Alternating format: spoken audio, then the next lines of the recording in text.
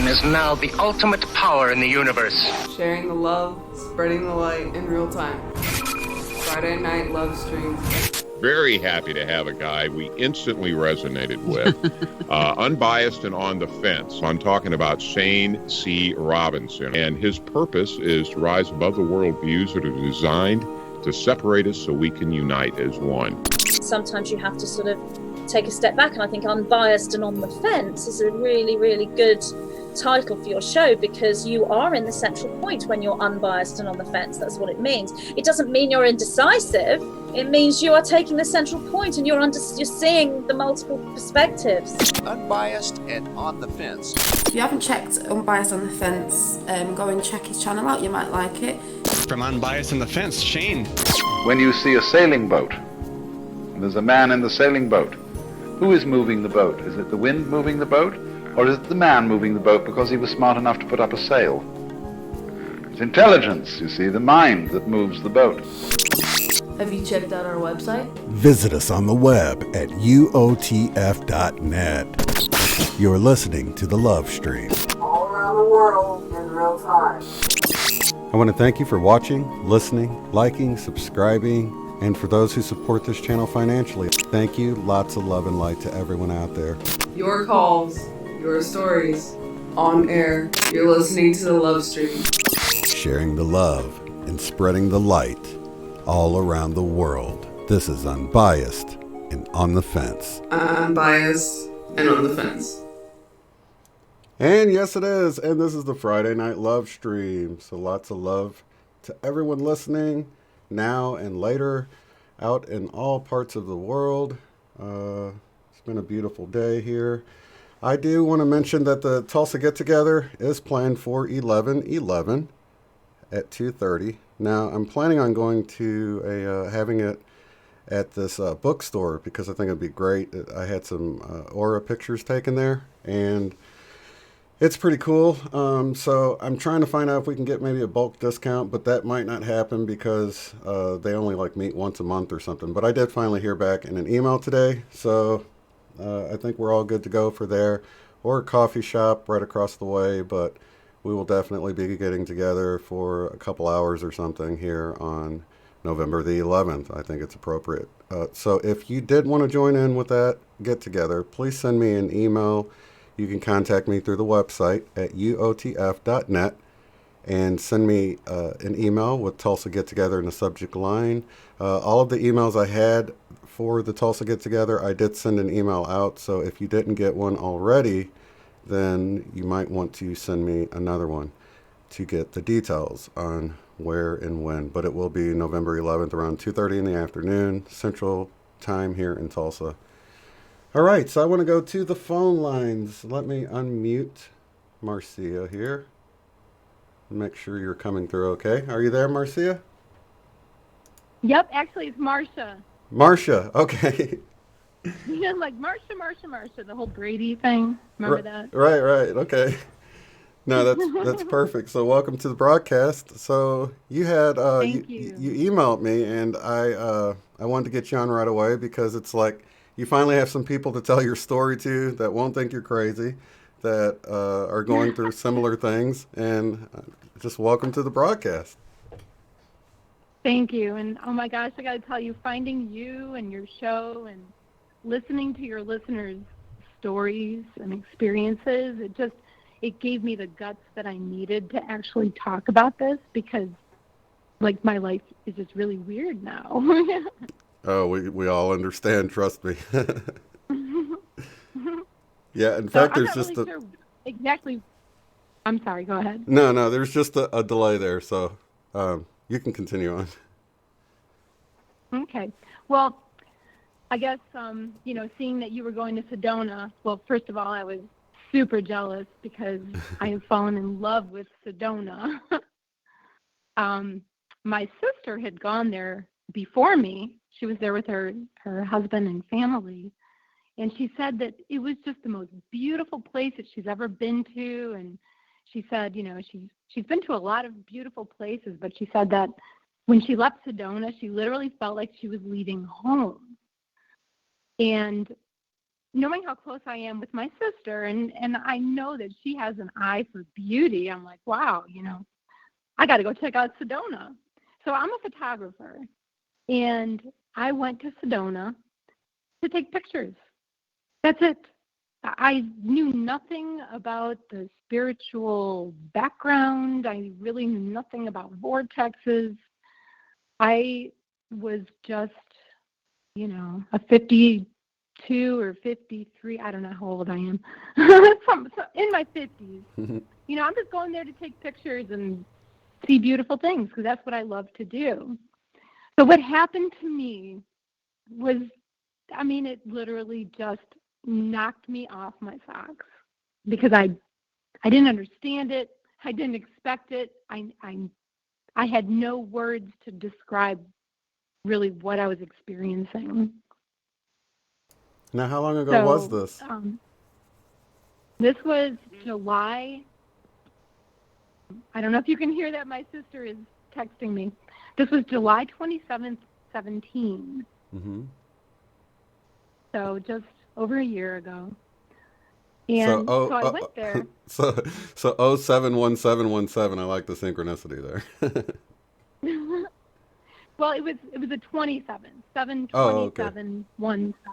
Okay. Yeah, close though. But yeah. And here's another funny thing. My favorite number is 7, although I cannot even tell you why my favorite number is 7. It's always been my favorite number. But anyway, so I was there with Rob, and we decided to go to Bell Rock first because it was closest to our hotel.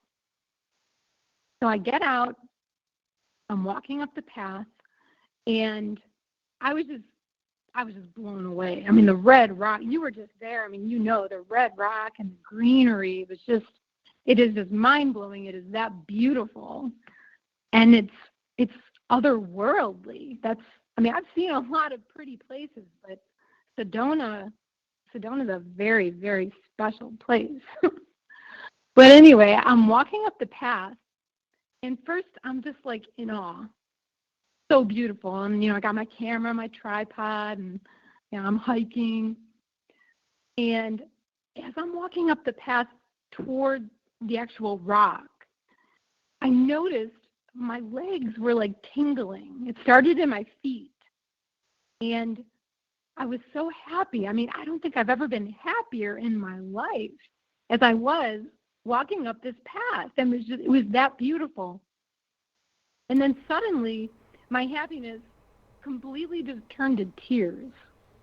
And now I am literally bawling my eyes out.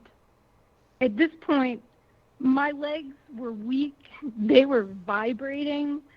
I'm crying out of control, which is very weird because,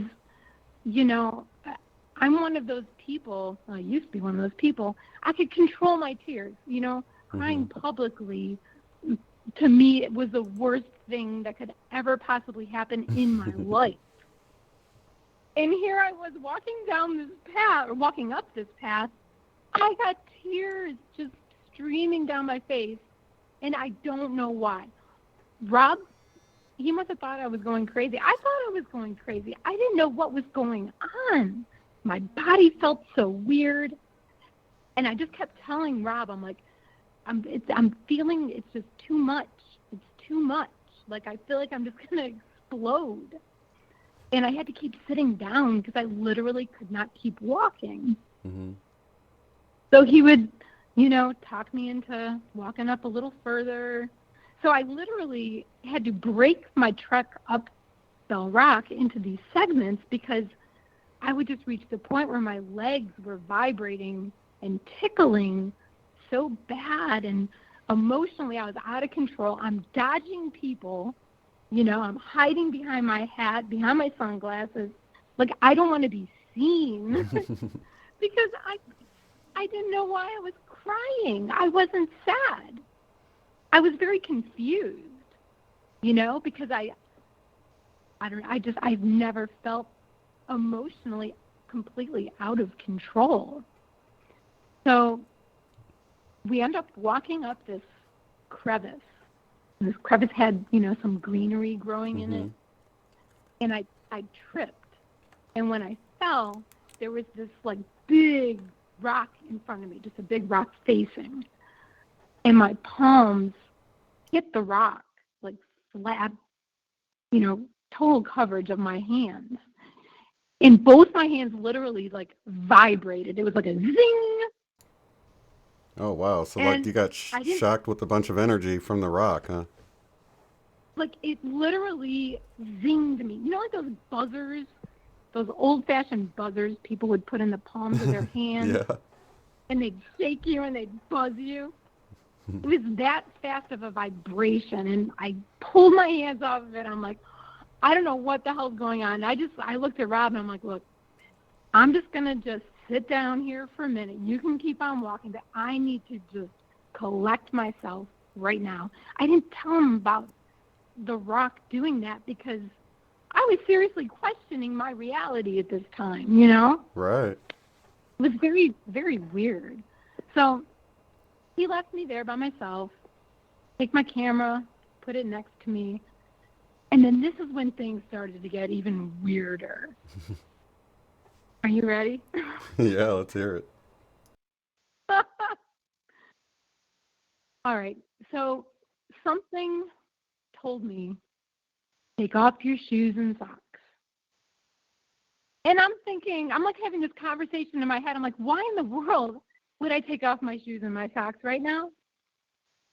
And this voice just said, take off your shoes and socks. Lay down.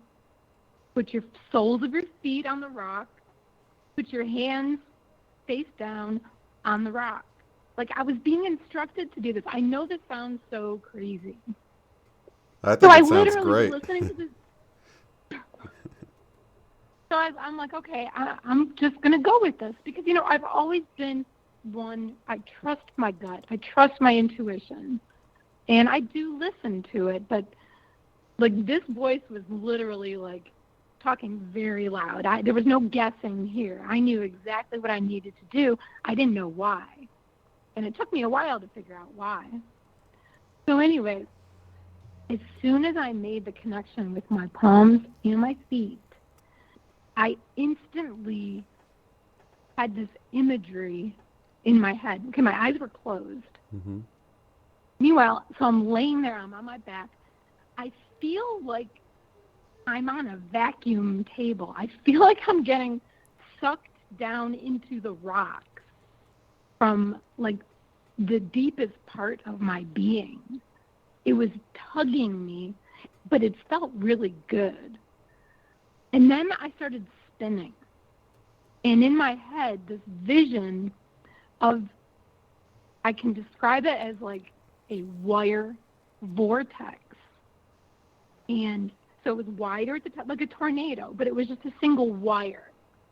And I was on this wire, okay? I was traveling on this wire. I was traveling down this wire in circles.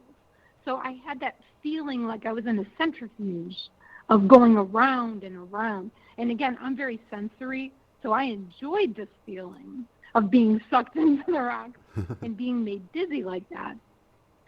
And so meanwhile, as I'm going down, like feeling like I'm getting flushed down a toilet, I look out and I see all of these, like, I described them as like balls of energy, all these different colored balls of energy also traveling down this vortex, spinning around, going down, and the spinning got faster as I got down to the bottom.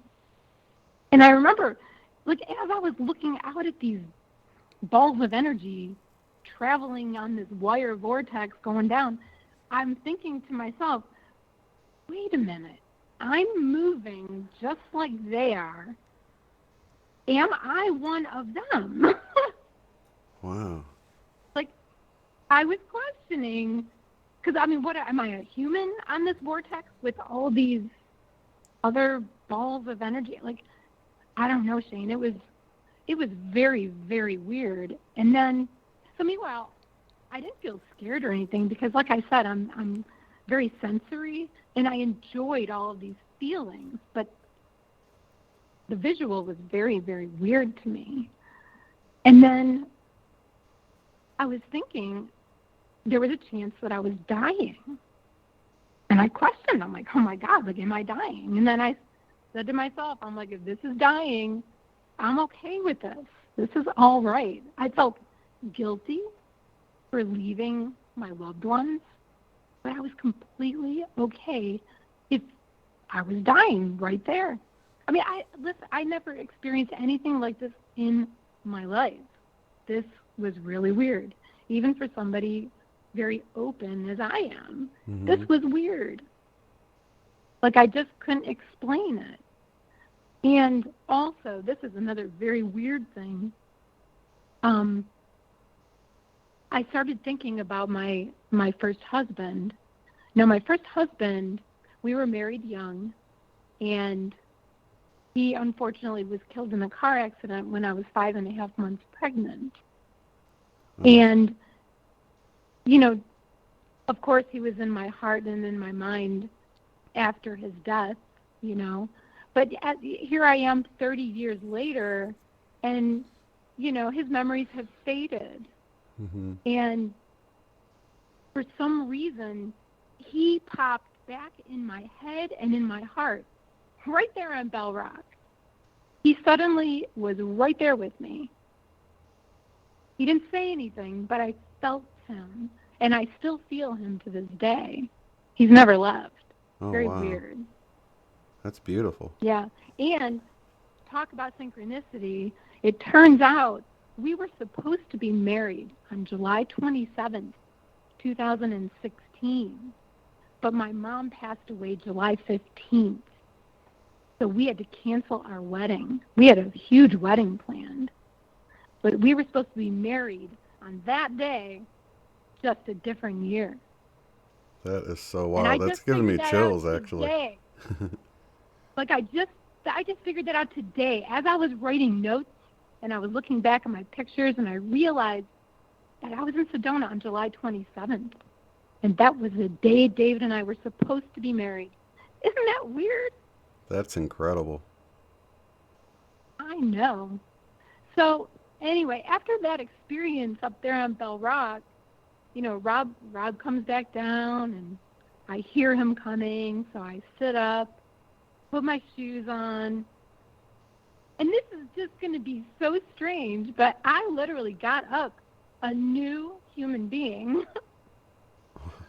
I don't know where the old Marcia went, but I don't know. It's like Bell Rock rewired me or something, because all of a sudden, all I felt was love and gratitude and just everything good. I mean, I was so happy and thankful for everything.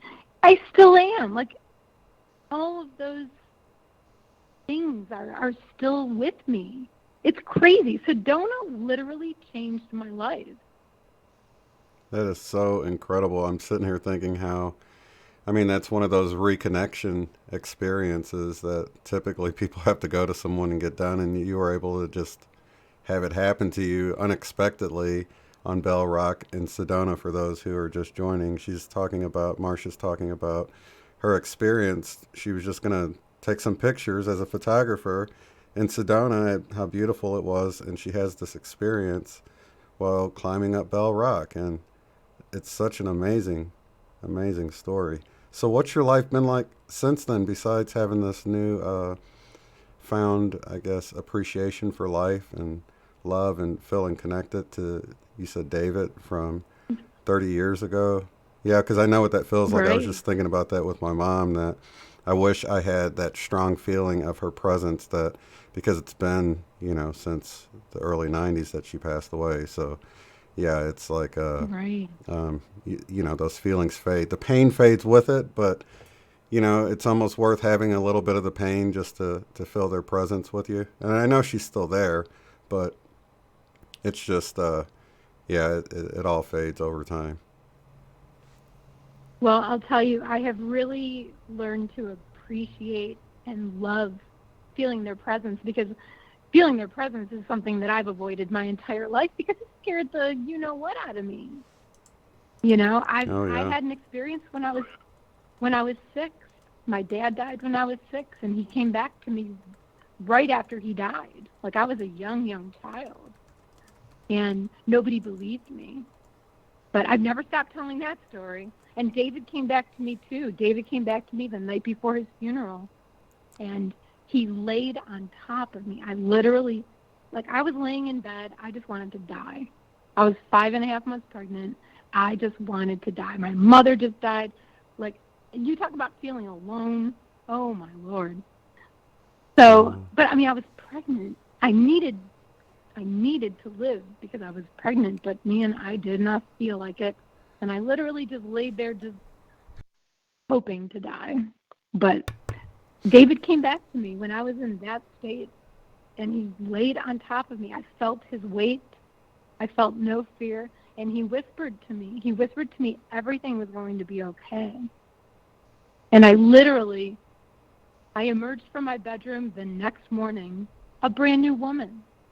My sister was there with me during this time. She saw me. She saw the change. It's like all of a sudden I had everything that I needed to go on with my life, that I just knew I was going to be okay. And you know what? He was right. I'm just fine.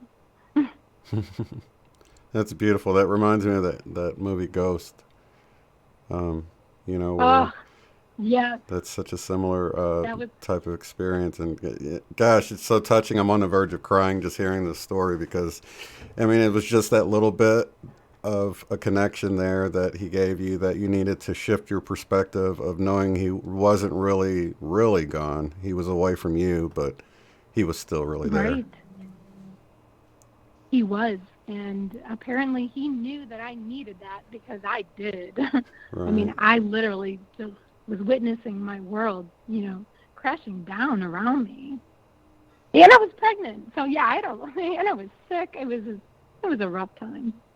But, we grow through our rough times. And I'm one of those people where, all my bumps in the road, I've always looked for meaning. I've never played a victim. I've always used those horrible times when you think you just cannot survive. I've learned them, I've learned lessons from them, and I've grown so much. And I've learned I can survive anything. Yeah, totally. And it is as simple as a shift in your perspective, isn't it? I mean, just seeing that things aren't, there's more than meets the eye, as they say. Yes, speaking of which, it's funny you say that because, I didn't tell Rob my entire experience on Bell Rock. I didn't tell him about the whole vortex image that was in my head. I didn't tell him about the rocks zapping me because I was really trying to figure out what was going on. I got online. I was kind of quietly searching. What do you even begin to search? You know what I mean? Yeah. The search parameters were so big for me. I just didn't know where to start. But anyway, I ended up going to a psychic for my very first time in Sedona. I went to a psychic with my birth mother, but I just went with her to her reading. I've never gone to a psychic myself.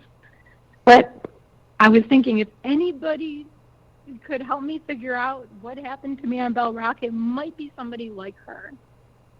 So I went, and one word that she just used over and over and over again was sensitive, telling me how sensitive I am. I'm so sensitive. I'm so sensitive. Like, oh my God, every other sentence was how sensitive I was. Told me I had a purple aura, which I never knew. I knew nothing about auras. She told me I needed to make sure my chakras are balanced. At this point, I didn't know what a chakra was. You know, I mean, I'm telling you, I was living just a very normal, adventurous life. This was a whole new world for me, you know? That's so beautiful. At the end of the session, I mean, she told me some very, very interesting things, and things really did align with my life and me. So after her reading, she looked at me and she said, well, you know, do you have any questions? And I looked at her and I'm like, what the heck happened to me on Bell Rock? And man, she looked at me and she said, oh, so now you know that there is more to life than what meets the eye. Apparently, I do. So, all right, so you asked how my life has changed since Bell Rock? Mm-hmm. Lucid dreams, astral traveling, ESP, intuition out the wazoo. Do you get the synchronicities like everybody else has been getting too? Synchronicities are off the charts. I know things that I have no idea how I know. I feel people. I feel people's energy, especially if it's like intense energy. Mm-hmm. I mean, that's a whole other show. I see geometric shapes and patterns, you know, with my eyes closed, with my eyes open, it doesn't matter. My guides are talking to me. I've seen orbs. I've seen 2 orbs now. I don't know. Oh, and emotional purging. Holy moly. Since Sedona, let me tell you what. I've had no choice but to embrace crying. Because I can't stop the tears. I keep finding myself just purging all of these things. I mean, even things that, like from my childhood, things I haven't thought about in so many years. And I'm getting memories, just random memories. I don't know. It's very weird. My lucid dreams are insane. I mean, they're so weird and crazy. And I think I'm starting to see a theme within them. But they're weird. I mean, I don't know if you want me to tell you about any of those. I would love They're to hear weird. about, yeah, because first, before we get into that, did you find yourself, were you like a meditator before any of this, or do you meditate now? I was not a meditator. You know, I don't have to meditate. I love frequency. So I have found, and this is really weird, but when I listen to my frequency, like my binaural frequencies, Mm-hmm. they affect me physically. I can almost tell you which chakra, which frequency I'm hearing based on where in my body I'm feeling it. That's amazing. It's very weird, but I love chakra music. It makes me feel very, very good. Okay, so that answers the question I've been wondering, because I find that meditation doesn't seem to, I mean, it does help people, but it doesn't seem to be an indicator of whether you have experiences or not, because I've noticed some people will participate in, you know, art and music and things like that, and that's sort of a form of meditation in a way, or it seems to be activating that same part of the brain to bring gifts online. And, you know, photography is an art form in a way. You know, it's like you're trying to frame the right picture. And I don't know if you do other art as well, but I consider myself wait a minute. I don't consider myself an artist. I feel like I have an artist inside of me that is just screaming to get out. And I'm feeling this need to carve. for whatever weird reason, I'm just feeling the need to carve. I can't explain it. I just need to. So I need to make that happen. Okay, so let's get to the dreams because, I love to hear about dreams because I feel like that's like a little peek behind the curtain into the other realms and stuff. So. Oh yeah, this is now. Keep in mind, like I don't lucid. Well, I do lucid dream now, but I mean, I didn't. I'm telling you, since Sedona, I told you my life is very different, and how I experience it is so different. These lucid dreams they're fun. I mean, I'll admit they are fun, and they make me very curious. Mm-hmm. And I just love them. And of all of them that I've had that I remember, see, that's the thing is, oh my God, there's so many nights I feel like I go to the most amazing places and see the most amazing things. And then they're on the tip of my tongue, and then a second later, like, it is gone. It is so gone. So remembering them is what's hard. And it's so weird because as I'm experiencing them, I am so aware of everything around me. I hear Rob breathing. I feel the cat walking on me. I hear the fountain in the living room. Like, I hear things. I'm very aware of life. It's like I got 1 foot in real life and 1 foot somewhere else. In a realer life. Yeah. Well, and funny you say that because it's true. Everything in my lucid dreams is more real than life itself. It's like the edges of things are sharper, the colors are more brilliant, the emotions I feel are so real and deep. It's like everything is just so much more vibrant when I'm lucid dreaming. Mm-hmm. So anyway, when I'm lucid dreaming, I feel like I'm walking a fine line of awake and not awake. And it's interesting to walk that line because I find myself, like the other night, I was thinking to myself, wow, I wonder if I could actually verbalize to somebody what I'm seeing right now. Because here I am thinking all these thoughts. So I wondered if I could verbalize it and still maintain what I was seeing. I completely understand what you're saying because I get these images when I'm falling asleep. When I'm still aware that I'm laying down to go to sleep, I get these images, and I got one of those voice-acted recorder apps on my phone to try to explain what I'm seeing, but what ends up happening is I think, well, that's not important. I don't need to say that. And if I don't keep talking, then I end up falling all the way to sleep and forgetting what it was or whatever. But you could try that, but it's kind of tough if you're sleeping. You know, if you have Rob next to you, it's going to be kind of weird that you're talking in your sleep, you know. Yep. So anyway, my very, very first lucid dream was a mild one. I dreamt that I was air. I know it sounds crazy, but I literally was like a molecule of air. And I was blowing. I was like traveling across this grass. There was this beautiful brook right there. I could hear the water, see the greenery, smell the air. And there was lots of other air around me, like we worked as a group. And then I became water. Isn't this nuts? This is awesome.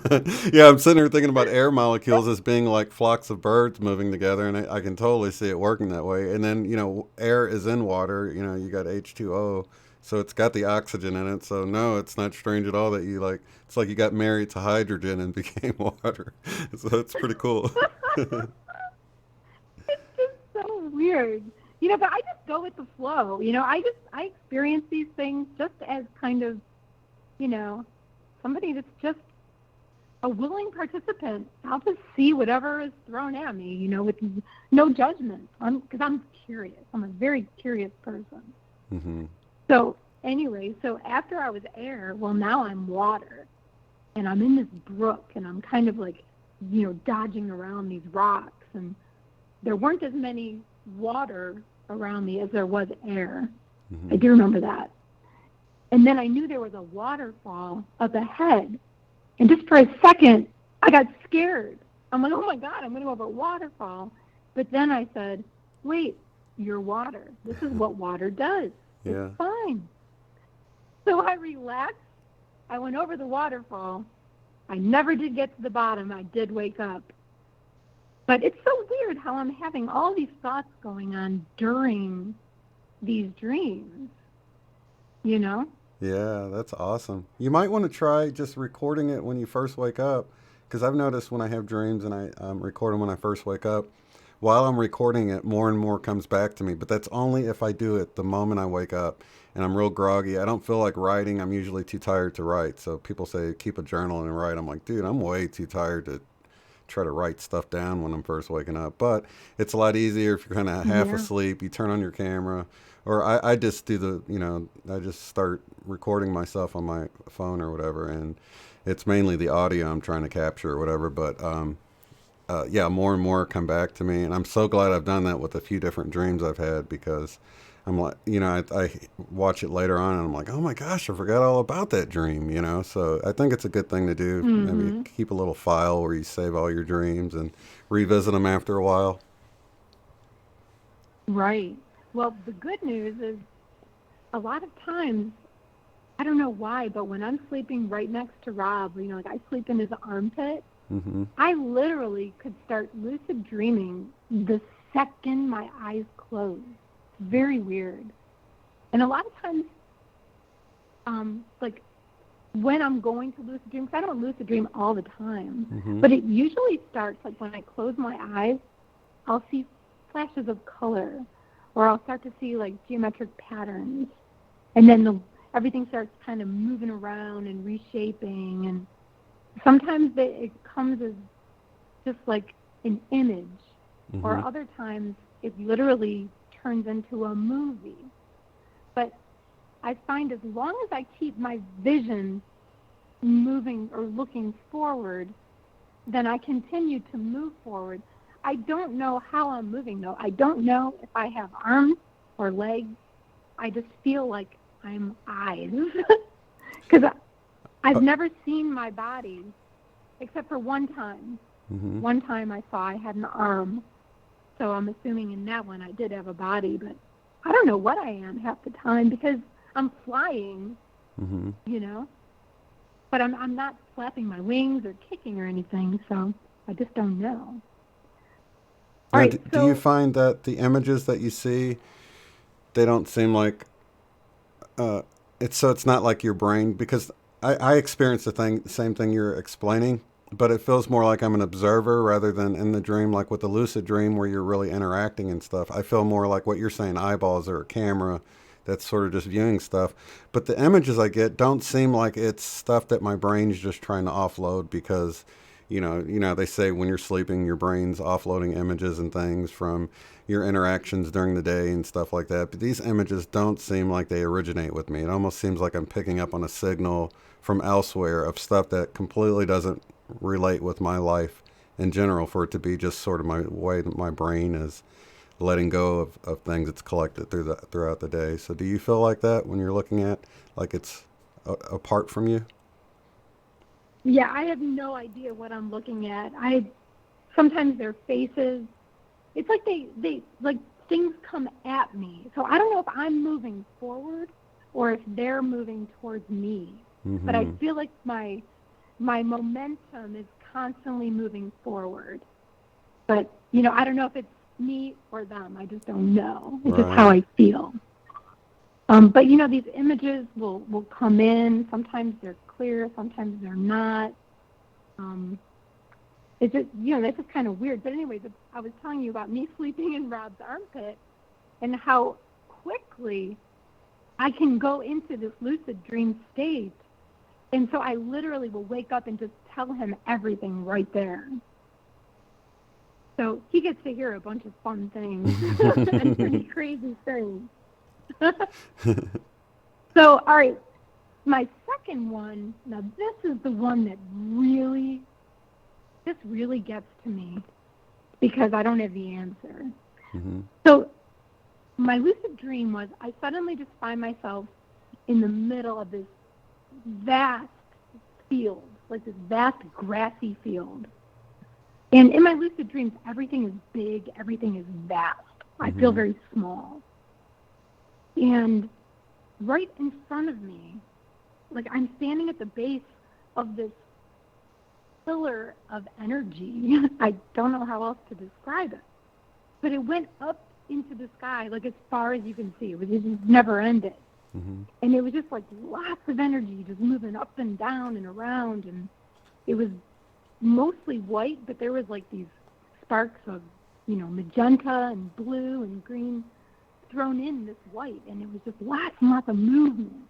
And then next thing I know, I am communicating with this, sounds so crazy.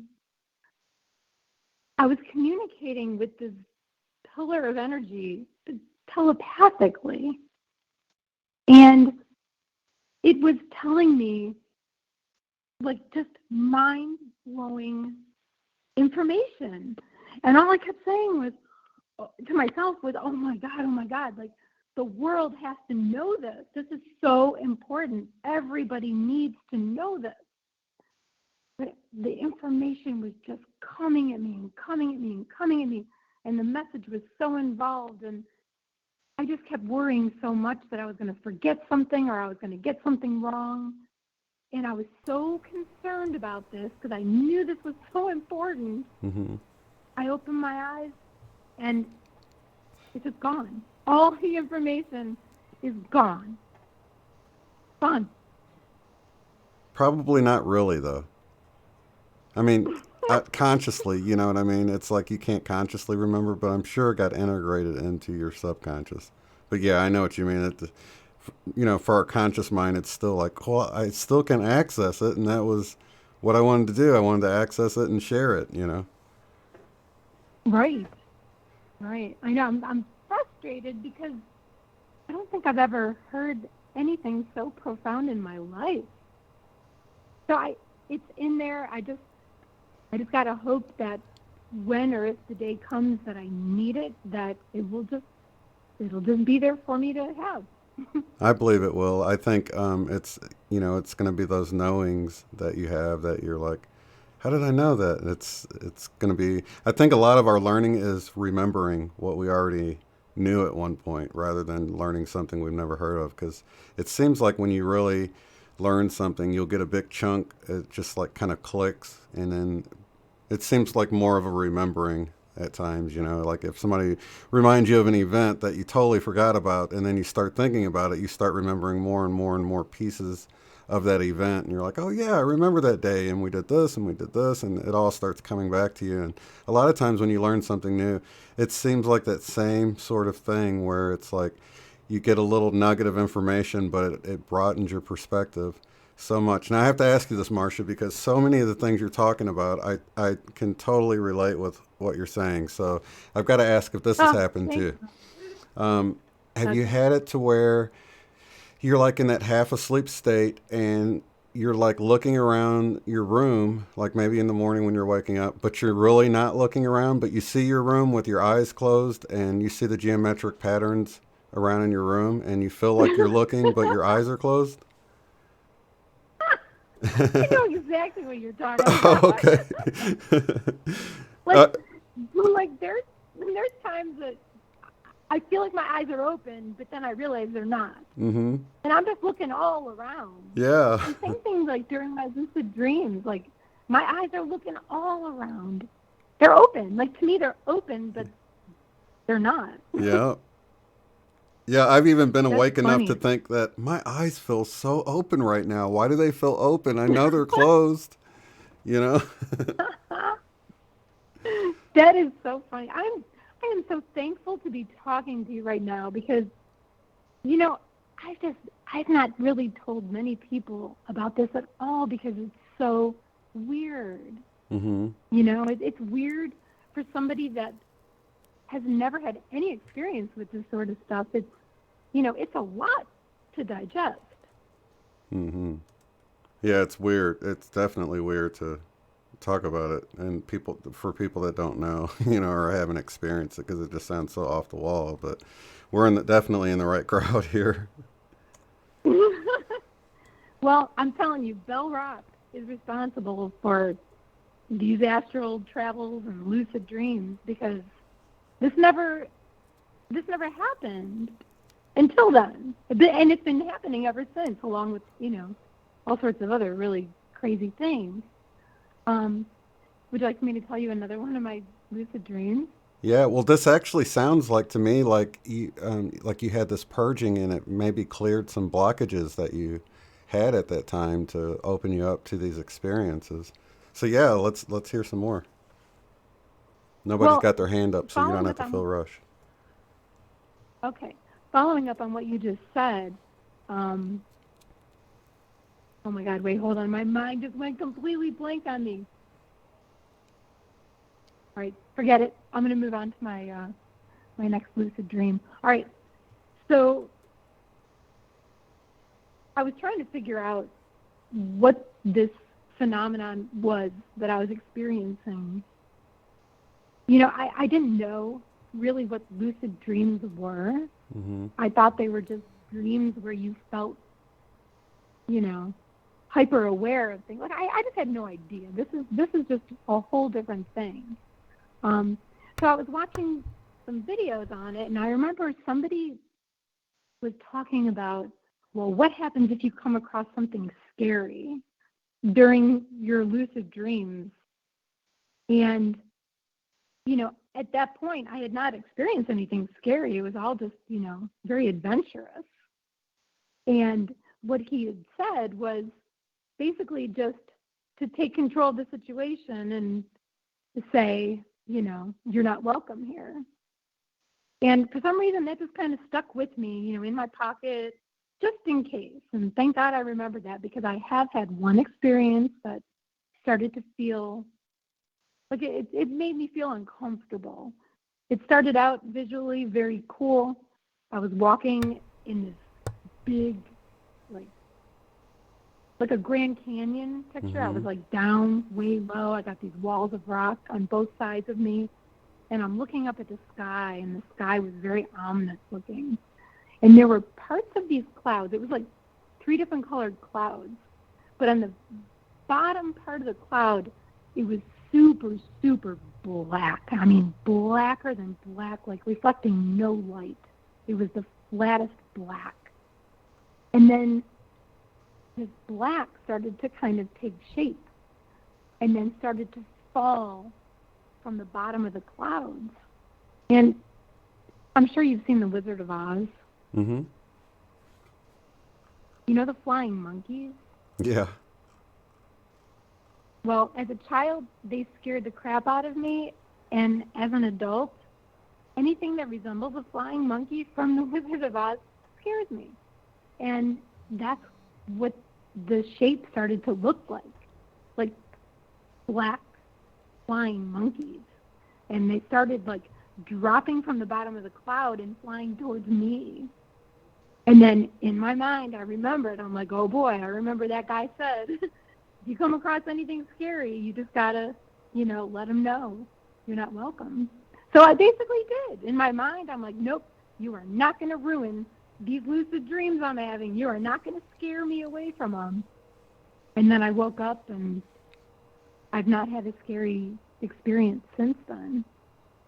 I heard, gosh, was it a caller? I talk to people all the time, so I don't know if it was another caller, but they were talking about having these dreams where they were being chased, or maybe it was a movie or a show or something, but they said they would get chased in these dreams, and it was horrifying, and they'd wake up, you know, with their hearts pounding and sweaty and from running in their dream and being frightened. And somebody said, just face it. And then in the dream, they turned around and asked whatever was chasing them, why are you chasing me? And he said, because you're running. And it was like, it was over, you know.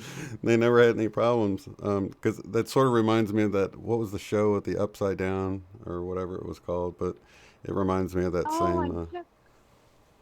What was that? I just saw that. Somebody had chime in the chat. with 11 or the girl named yeah, 11. Yeah. I can't believe it. Stranger Things. Stranger Things, yeah. Oh, that thing was crazy. I Yeah. hope my life does not go crazy like that. Oh, right. Like, that would not be any fun. All right, so do you want me to tell you another one of my lucid dreams? Yeah, let's hear it. Okay.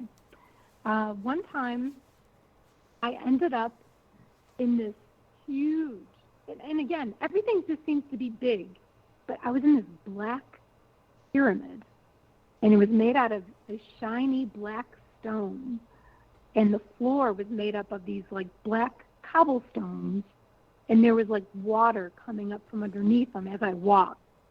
You know, like you can hear the water. I could hear water kind of dripping way off in the distance. And it was lit very dimly, like with candles, but they were pretty far apart. Right in the middle of this huge black pyramid was a huge, I'm sorry I keep using that word.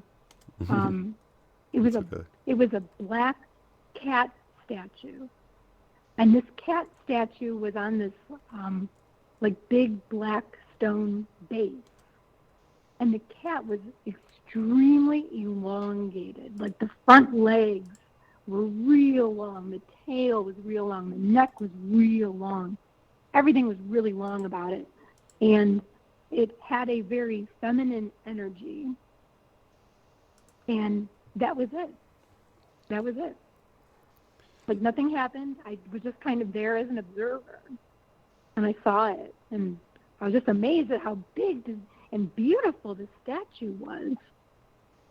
So I don't know what that means, if it means anything, but it was a beautiful experience.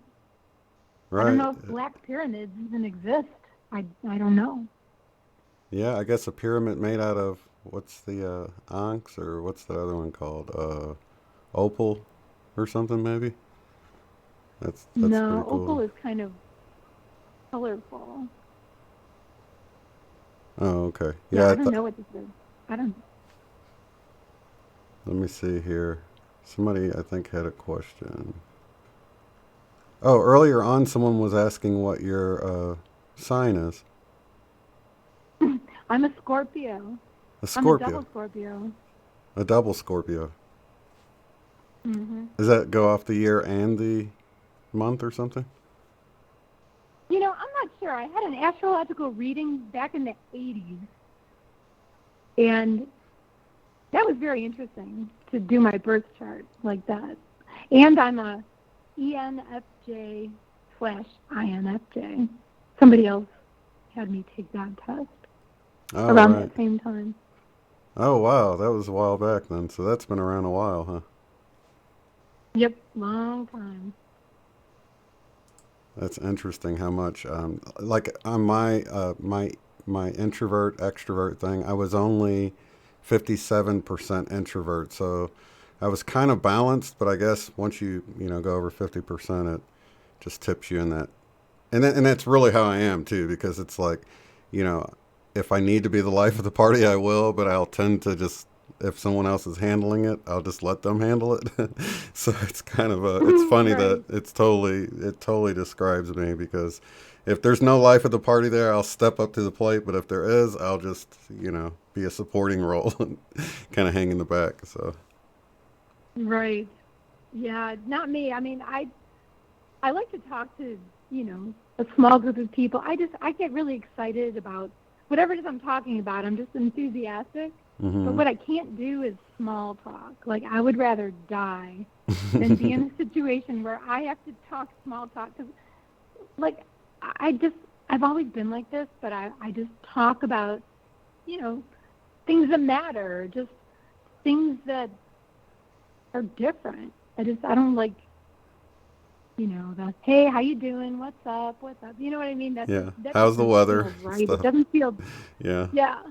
That's uncomfortable. It makes me literally feel uncomfortable. And it's so strange that you mentioned that because things have so changed. I mean, I remember when you'd be waiting in a long line somewhere at the DMV or post office or something, and people would just strike up a conversation with total strangers. But now everyone stands there silently, just staring at the teller, waiting for their turn. And you know, every now and then. No, they're staring at their phones. Or yeah, that's true. Staring at their phones. That's totally true. Yeah. Yeah, it is strange the way things have changed, but in a way, it is sort of small talk. And then the people you love, there's more distance between them. It's like, oh, well, I talked to him on Facebook. I don't need to call him, you know. And yeah, things are pretty strange. I know. No, that's a whole other show. And then the fact that we come together like this and we feel closer to complete strangers because of having similarities, you know, it's like, I don't know, it's just strange. You can totally feel the love and the connectedness between all of us, like we're the soul family hanging out. I mean, I love my Friday nights, even more than, you know, back when I was a teenager and we'd go to a house party or something, and, you know, this is way more fun than that. And I know my kids are probably like, what the heck? What's so fun about that compared to, you know, going and hanging out with your friends and listening to music and drinking or whatever, you know, whatever they do. So it's crazy. Right. So, all right, I'm sitting here looking at my notes. I just made some notes before I called. All right, so here's a good one. So, I find myself traveling through space, and I'm in the company of this girl, this woman. I can tell you she felt like my best friend or my sister, or she even almost felt like me, which sounds really weird, but she was just so enthusiastic. And so she was pulling me by my hand. So I was kind of tagging just slightly behind her. Mm-hmm. And we were flying through space, and she pointed to me way off in the distance, this purple planet. And she says, oh my gosh, wait until you see this purple planet. She says, I promise you, you have never seen anything so beautiful in your life. And she just was so excited and just wanted to, you know, get me there to show it to me. Mm-hmm. So, like, we're traveling. And I suddenly felt like I was getting too far from home. And so I said to her, I said, so do most people start to get a little nervous when they feel like they're just getting too far from home? And she looked at me, and she kind of smirked, and I looked behind me, because just this week before this happened, now this is real life, my sister was telling me about astral travel. I've never known anything about astral travel. You know, she knew a lot more. Well, she knew about astral travel. Mm-hmm. I didn't. She says, Marcia, always make sure that you see the umbilical cord. You've got to make sure you see that. And she had me, like, panic. So in my lucid dream, I remember my sister's words. I'm like, oh, my God, I got to look behind me. I got to see if I have an umbilical cord. Because I thought if I have an umbilical cord, I'm safe. I'm good to go. Right. And I turned, looked behind me. I did not have an umbilical cord. And then I woke up. Oh. But it was the panic, you think, that woke you up? I think it was the panic. I think. I mean, who knows? Yeah. I really don't know. But so this woman or girl, whoever she was, who I felt so deeply connected with, she was either wearing blue clothing or she may have even been blue. Mm-hmm. I'm not sure. I don't know. But I loved her. And I wanted to go somewhere else with her. So that was weird. And then I had another one where in my lucid dream, I was laying in my bed, and this woman came up on the side of my bed. This woman leaned over and kissed me on my forehead. Mm-hmm. My mom used to do that when I was a little girl. And the love that I felt from her was so incredible. And then next thing I know, I'm in a car driving out of our development. She's driving me. And I didn't say anything, but I was thinking to myself in my lucid dream, I'm like, oh my God, where are we going? Like, I don't know where we're going. Where's she taking me? And I started to kind of panic in my head. She turns to me in my lucid dream. She looks to me. She says, I don't know what you're freaking out about. You're the one that asked me to take you there. And I woke up. Wow. So I have these women trying to take me places, but my brain keeps getting in the way. See, have you had the situation where you're falling asleep and you get overtaken by this extreme buzzing sound? People have related to it as being like what do they call it, sleep paralysis or something like that. But have you had that at all? No, but I can tell you that when I'm in these lucid dream states, I feel like my breathing is just super shallow. I feel like I don't even have a body. Like I feel like I'm just a brain. Just consciousness, pure consciousness. Pretty much. The only like weird sound that I've heard is like a loud bang. Like it'll wake me up in the middle of the night. Like you're just convinced something crashed somewhere. But you're just like startled awake and you know you heard something really loud, but there's absolutely no sign that anything is wrong. Mm-hmm. Have you ever had that?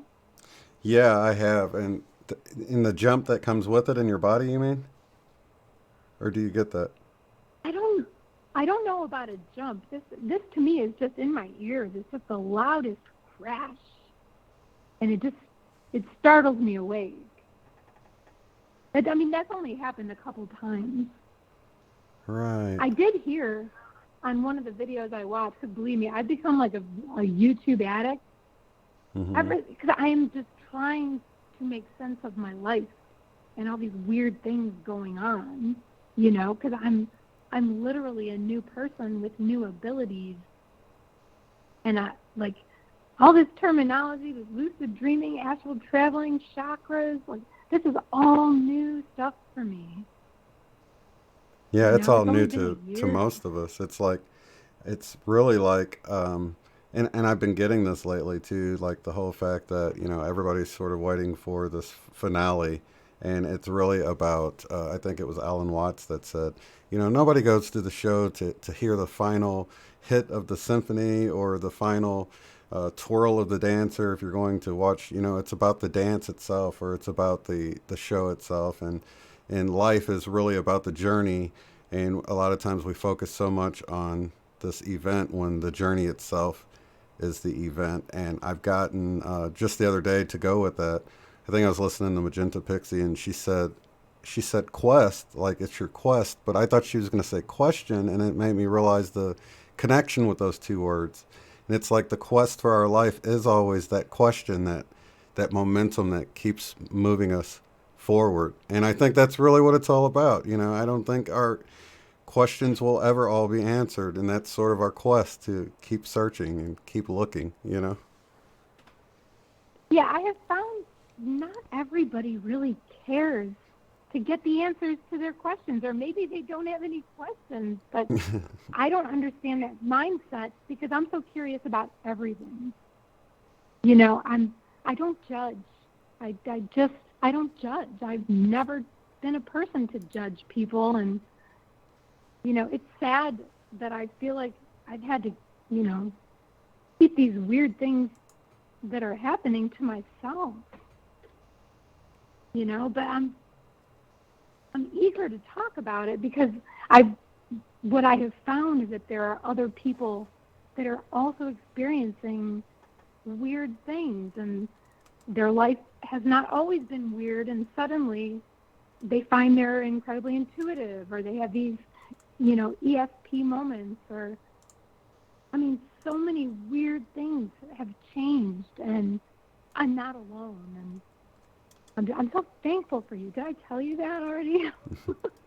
I'm thankful for the whole group. I'm honored to have a place for people to come and share what they're going through, and you know, especially now that I feel like I'm beginning to really wake up here in the last year and to how much more in life is going on. So yeah, I feel honored, you know, just to be honest with you. I feel so blessed and honored. This is the happiest I've ever been in my life, to be honest. So Yeah, isn't it crazy? Even with all of this, you know, this political environment that we're in, I feel the same way. I've never felt more balanced, more myself than I feel right now. Mm-hmm. My new weird self. But like, I feel like this is me, and I feel like I am remembering. You know, things just keep making sense because, you know, out of the blue, I suddenly just got super obsessed with learning about frequencies, and then I learned that you can heal with frequency. This all started from my Sedona searches. You know, I learned I feel energy. I feel Earth's energy. I feel people's energy. I'm not alone. There's a name for it. It's called clairsentience. You know, like there are names that describe all these weird things, the clairvoyance, clairaudience. Oh my God, there's times that I lay in bed and I literally, this is going to sound crazy, I'll hear music. I'll hear songs. I'll hear songs in foreign languages. Really? That's so cool. And how do you explain that? Like, I don't know. Very weird. Yeah, I've had instances like that you're afraid to share it because it just sounds so crazy. But I've been running my bath water before, and I swear I can hear voices in the water running. You know what I mean? It was like, that's something you just don't share because people will be like, "You're hearing voices." I don't actually hear any specific words, but it's like, man, I can almost hear voices in the water running. And I've had it even when I was dozing off to sleep. My wife came to me and she was like, "Shane," and real urgent, but whispering, like, you know, she's trying to quietly get my attention. And then I like woke up and looked over and I was like, wait a minute, she's at work. Why am I hearing her whisper? And it totally woke me up. So it seemed like it seemed like real life, but I guess it was a dream, or I don't know what it was, but I just surrounded myself with light. Crazy. And yeah, it sounds so crazy, but you know, I just surrounded myself with light, and just in case it was some kind of, you know, because I have no idea if there's like spirits that can like imitate people we know, or you know, I'm always open to anything being possible. So I always like, you know, try to surround myself with protection if ever I'm like experiencing something and I don't know what the heck is going on. So that was definitely one of those times I was like, oh my gosh, I clearly heard a voice in my left ear. And that was another thing at the time I was studying the law of one, and they were saying if you hear something in the left ear, or if you hear ringing in the left ear, it could be a negative thing, and the right ear was positive, or above the head, buzzing above the head was like a confirmation. So I just read that in the law of one, something along those lines. So kind of made me nervous about it, but you know, I try to stay away from hearing about the scary aspects of this. Like, I don't want to know that because I'm worried it's going to taint my mind and it's going to make me afraid. And I don't want to be afraid. I want to embrace these experiences. And so I kind of took it as like, if it's in the left ear, if it's like a confirmation of not doing something. So not so much like it was coming from a negative source, but it was like kind of a negative answer to your question. Like, should I go here and participate in this event? And you get ringing in your left ear, and it's like, okay, I need to stay away from there. So I don't know. I don't really know. I don't know how to take that as, you know, negative meaning it came from a negative source, or negative meaning, you know, you should you know, whatever you were thinking of at that moment when your ear started ringing in the left ear, you shouldn't do it. You know, I can see it both ways. So there's always another deeper question to ask, it seems like, whenever you get information. Right. What I've heard, you know, from the videos I've watched is that when your guides or, you know, whoever, when they're speaking to you, that if you pay attention, I guess they let you know, like you'll have like different sensations throughout your body. Mm-hmm. I don't know. I don't experience that. I just kind of feel them. And oh, here's a weird experience. I was driving into work, and normally, so I'm getting ready to park. I'm about to go through the parking lot, Mm-hmm. and normally at this point, I'm like putting my phone in my purse and zipping out my purse and turning off my little speaker and, you know, getting ready to get out of my car because I'm usually running just on the verge, you know. Mm-hmm. So normally, I'll admit my attention is normally on my purse and inside my car as I'm making my way to my parking space. But this morning, I had a voice scream at me, "You gotta slow down. Parking lots are dangerous. You're gonna hit someone." And you are not gonna believe it, but I turned around the corner, and there was a woman she had her face on her cell phone, walking in the middle of the parking lot. Shane, I would have hit this woman if it was not for these voices that screamed in my ear, "You need to be careful." Because I realized how distracted I was at that moment. But if it was any other moment, my head would have been buried, you know, in my car, getting my stuff ready to get out, you know, to my work. Mm-hmm. But I was paying super attention because somebody told me I needed to pay attention. And if I wasn't, I'm telling you, I would have hit this woman. That was weird. That is weird. That was so weird. That is weird. I had a similar situation today when I was getting on the highway. I was going to get over in the left lane and start passing people, and I felt something was like, just stay in this lane. So I stayed in the lane or whatever, and people started zipping around me or whatever, and then the traffic started backing up really fast, and so I got off the highway at that exit that I was right by, which I wouldn't have been able to do if I was trying to pass or whatever. And then I looked, and there had just been an accident ahead, and all the cars were like stopping really fast. So I don't know if I might have got rear-ended or hit somebody or whatever, but that same thing happened. My wife looked at me like, "Why are you getting off the highway?" And then she's like, "Oh, there's an accident up there, you know," and it had just happened. So yeah, it was weird. I was like, that was my intuition at work, and I just had to smile about it because it's just weird, you know. I'll tell you, people really need to trust their gut. Mm-hmm. I don't care what you call it, your voice, your guides, your whoever.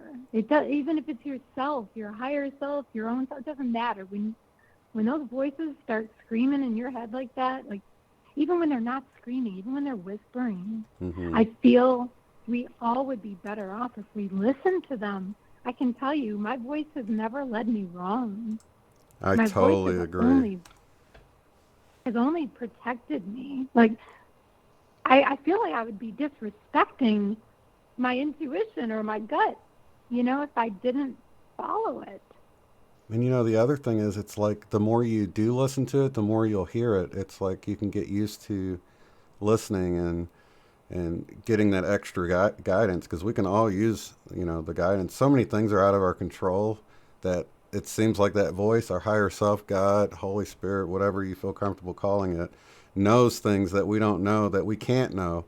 And if we can get used to listening to that voice, it can save us a lot of heartache, I believe, because it's never let me down. There's been times where I'm like, what would have happened? Maybe nothing would have happened, but I don't know because I listened to it. But I know there's only times that I regret not listening to it because something happened. I was like, I felt like I shouldn't do that or go there or whatever, and I didn't listen to it. You know, those are the only regrets I have. So.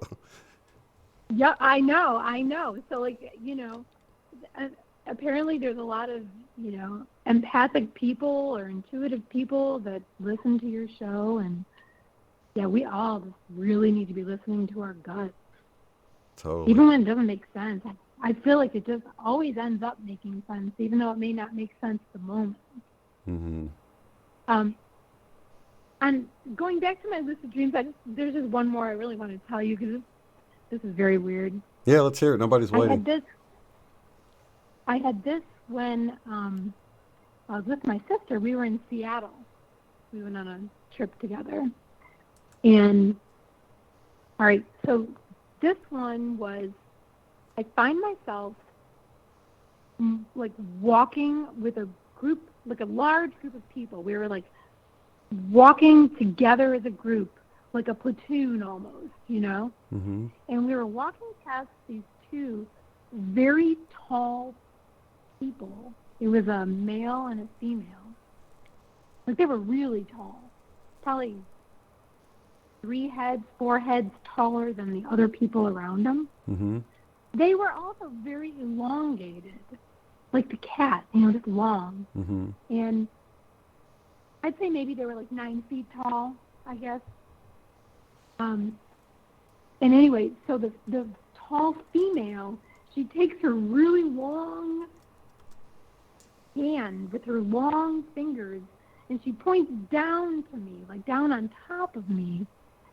And she looks over at the man, the tall man next to her, or whatever I don't really know what they were. I just saw her hand. Mm-hmm.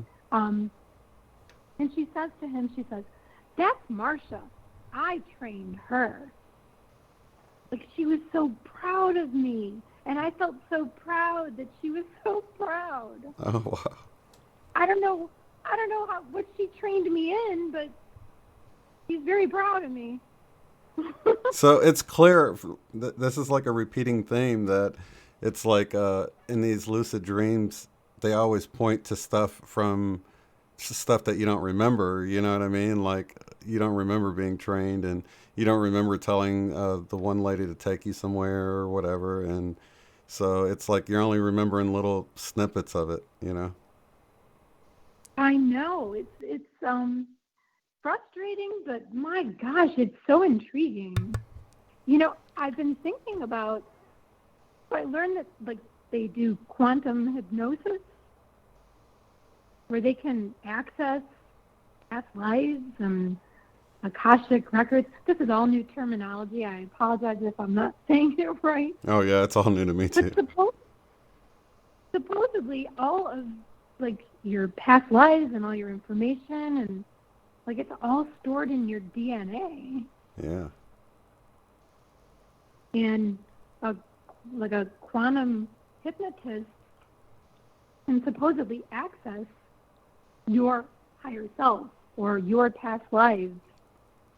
Oh my gosh, so I dream of, you know, going to somebody that maybe they can access that information that power of energy gave me. Mm-hmm. That download, that's, I guess, what, you know, how people would refer to that as a download. Mm-hmm.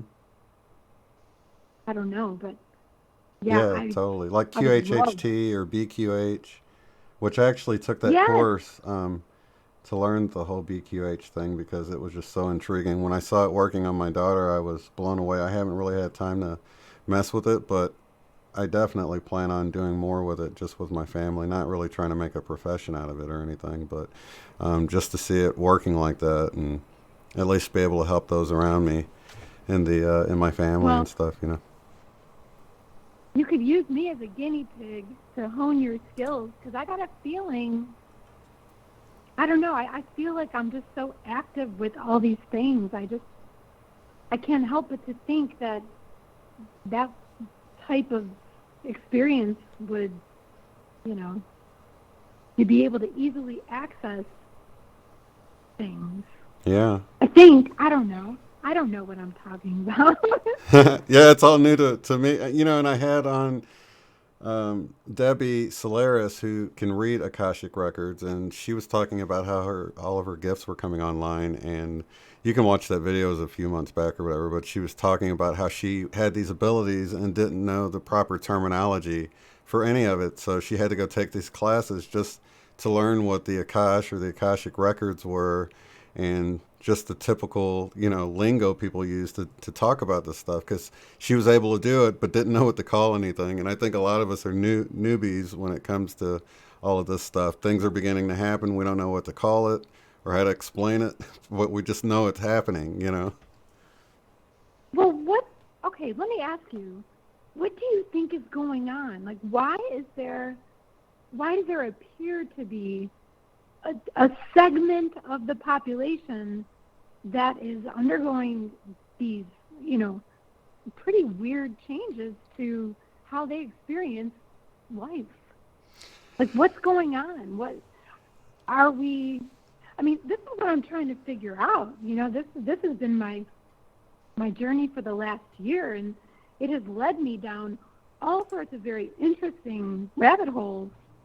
One of them being, are we hybrids? Are we hybridized with alien DNA? I think we're starseeds. I think we were, and not to sound like we're better, but just that we were maybe first responders to begin to help wake everyone else up. I think it's like we're beginning to see through the veil, we're beginning to remember. We have maybe a stronger connection so that these things are happening. Because I notice a lot of the viewers, like, they see the Mandela effect changes happening, and for a lot of us that was our wake-up call, to see reality is different than we remember, and you're like, what the heck's going on? Because I know I remember this being this way, but yet it appears like it's never been that way, and it's always been this new way. Are you an experiencer of the Mandela effect as well, or have you heard of it? You know what? I have heard about it over the last year, but I'll be honest, I've got so many weird things going on in my life that I'm trying to figure out, that the Mandela effect was so tame compared to these weird things I'm experiencing. Right, and I think for a lot of people it's like that. It's like, I got stuff so much weirder going on than that, so it's like, so you didn't really need it as a wake-up call, like, for other people like me, that was the biggest thing that's ever happened to me when I started seeing reality. It wasn't, I had to go back to the drawing board, and it caused this, what I call a quantum awakening for me to come alive and do what I'm doing now and beginning to live for a higher purpose and all of this. This was all like triggered by the Mandela effect for me. Really? That's where it started, huh? Yeah. I mean, I've been on the lifelong journey for, truth seeker, and I found my way out of religion and stuff by seeking truth, but I sort of hit this, I don't know, where I sort of plateaued and everything seemed so meaningless, and started my channel just because I didn't know anything better to do. And about a month after that, I'd heard about the Mandela effect for a while, but I just didn't really believe it was really happening. But then when I saw the thinker pose had changed, and I grew up with one on my desk, and I was like, no, I know it was this position.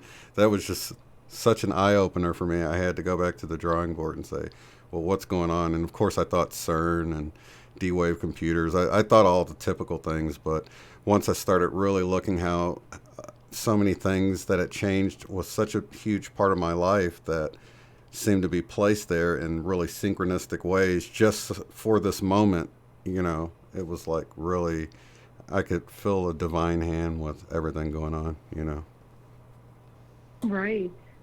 Right. So, I mean, you say starseeds, so are you saying the same thing I'm saying about, like, coming from off planet? Yeah, like that we, well, what's interesting is, depending on, are you familiar with Dolores Cannon's work, the QHHT? I am. I mean, I'm not super familiar. I learned about QHHT from, a couple of her videos. Well, a couple of things come to mind. I was reading her book, Keepers of the Garden, and she was talking about how once a life is lived, that life goes into the Akashic records. It's like a file of a life that's been lived. And what happens with a lot of starseeds is they will get downloaded with a bunch of lives that they didn't really live, just to sort of cope with coming here to Earth and dealing with the violence and the way things are. So you might come across 3 different people that thought they were Joan of Arc in a former life, because from their point of view, you couldn't tell who the real Joan of Arc would be either, because they were all downloaded with the Joan of Arc file of her life that she lived.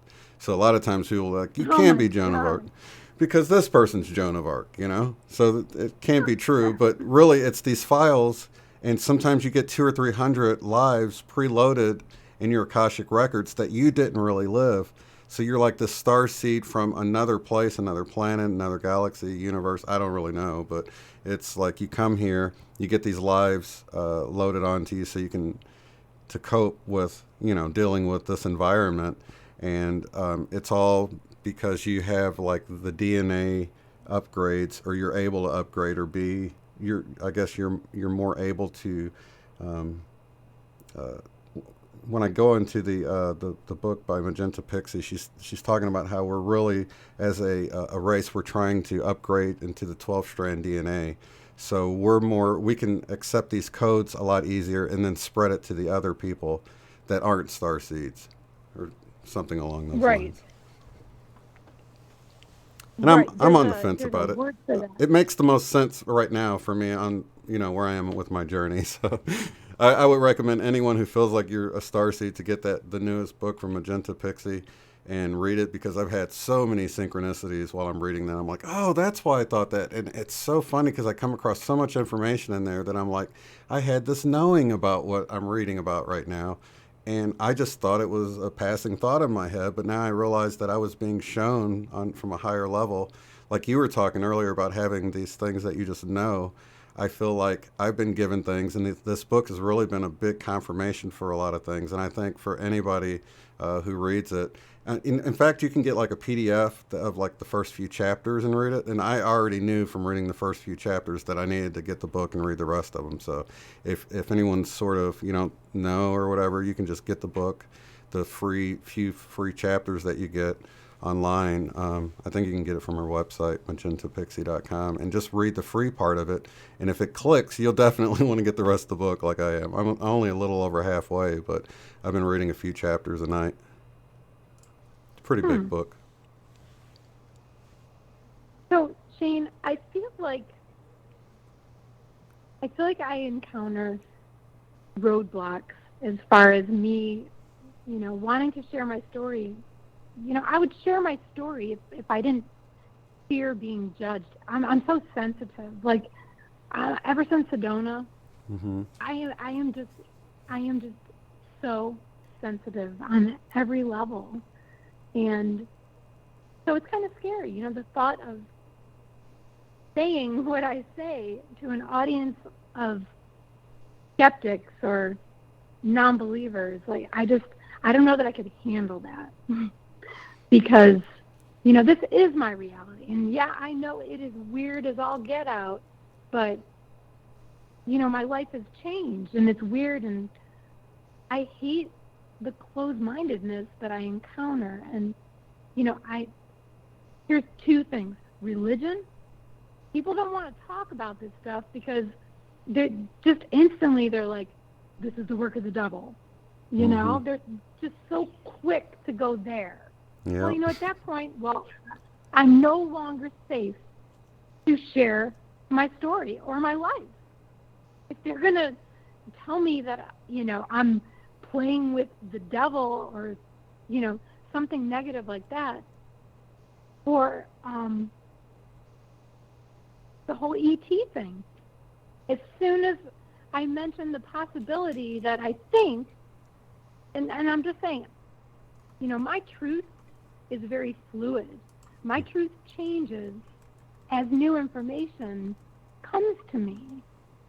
And I like that. I like being free to go from truth to truth. And I'll be the first to tell you that my truth today might be different than my truth tomorrow. I don't know what's going to happen between today and tomorrow. Yeah. But right now, right? But, people that are in organized religions, while I do feel religion has had its place, I feel it's almost stunting their growth because they're so scared to think outside of the Bible. Yeah. And for me, I was raised Jewish. I went to an Orthodox Hebrew school. I could read Hebrew. I went, for many, many years. I refused to get bat mitzvahed or confirmed. Judaism was never in my heart. Apparently, I asked a lot of questions about religion, never got answers because they just didn't want to talk about it. So somehow I managed to escape Hebrew school and temple without becoming indoctrinated into the religion, you know. So many things about it just made me feel weird. Like rituals make me feel weird.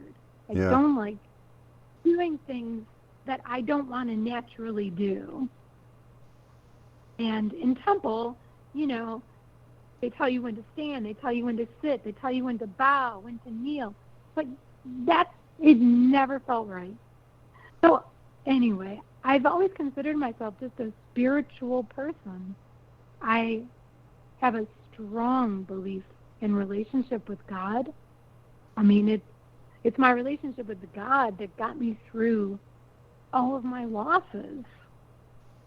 You know, I mean, I lost everybody at a very young age.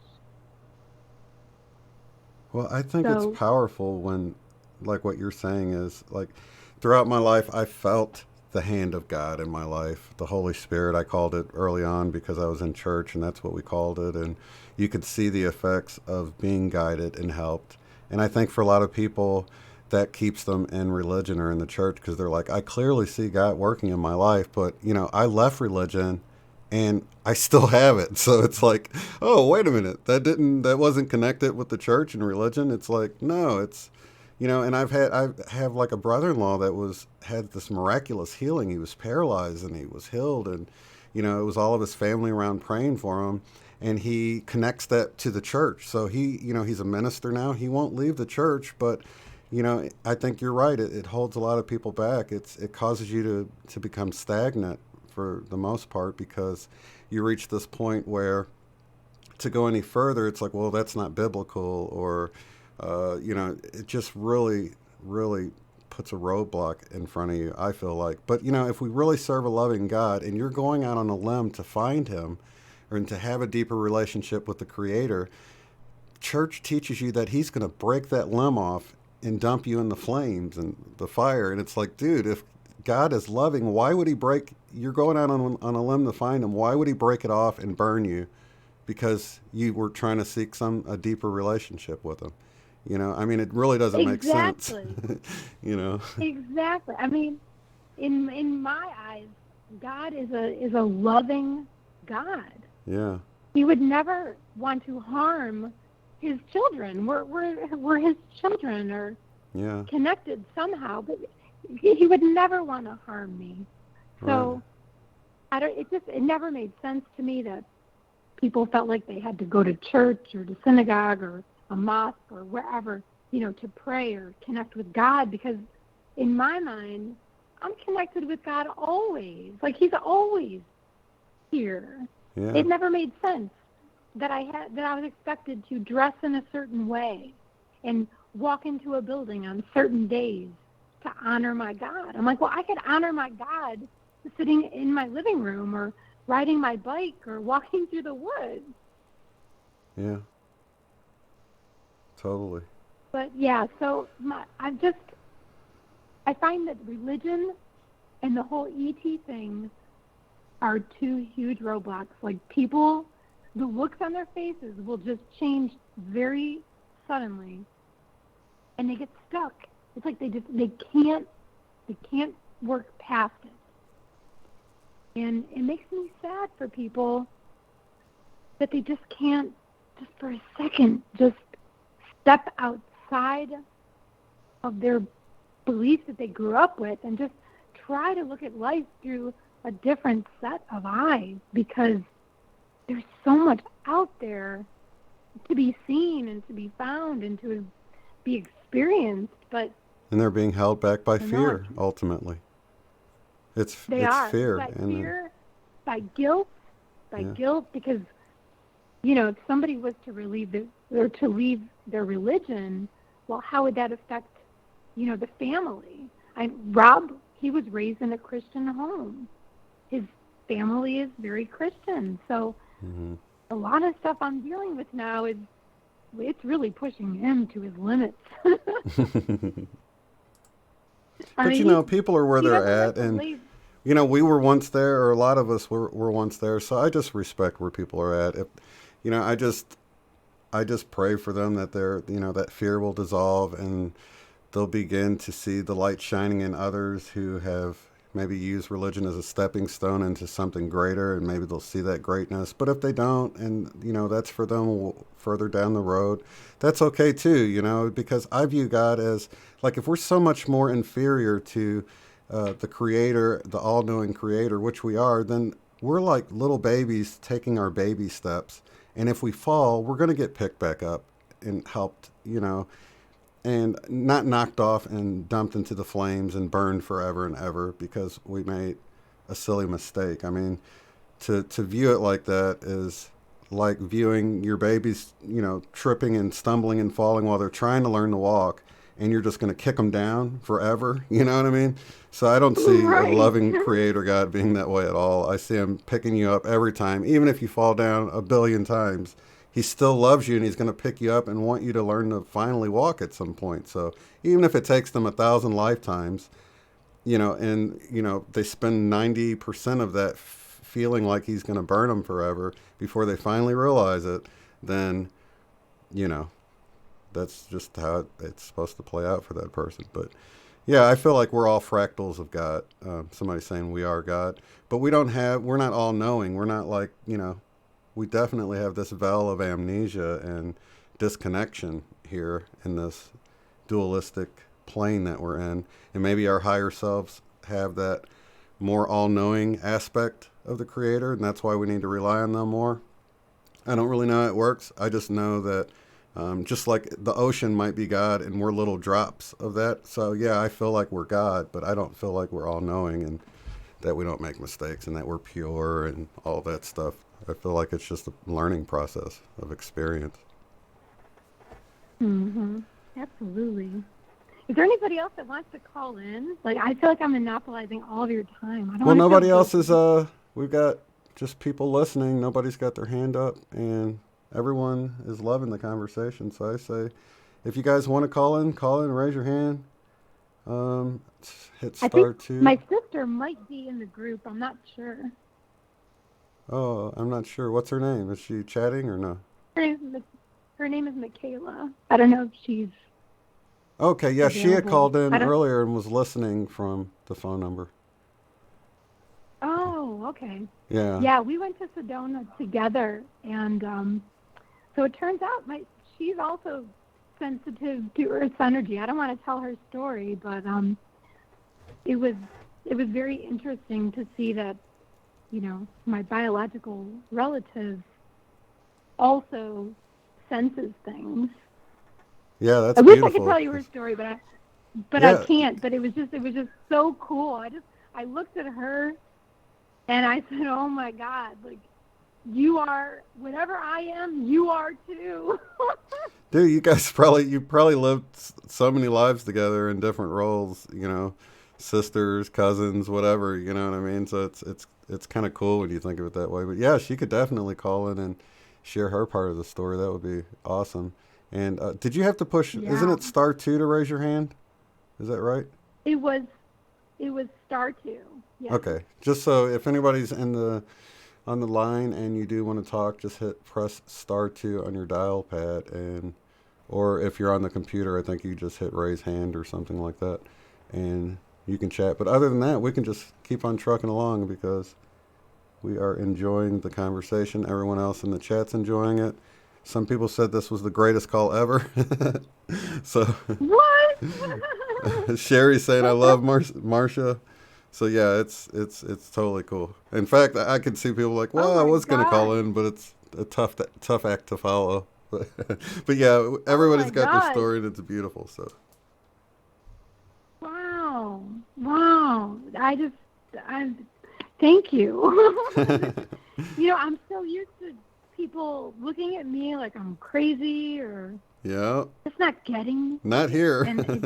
We're all crazies together. It feels so good. Yeah, it does. I mean, I don't know what's going on. I mean, I'm not going to pretend like I know exactly what's going on. I just know something's going on, and it's not just me. There's a group of people and I'm just on my quest to figure out what, why, who, when. Yeah. It's just very weird. I find myself just drawn to things randomly. So ever since Sedona, I became obsessed with frequencies and healing frequencies, and I have healed myself through frequency. I share frequencies with everybody I know. People think I'm crazy, but they work. Look up Rice frequency.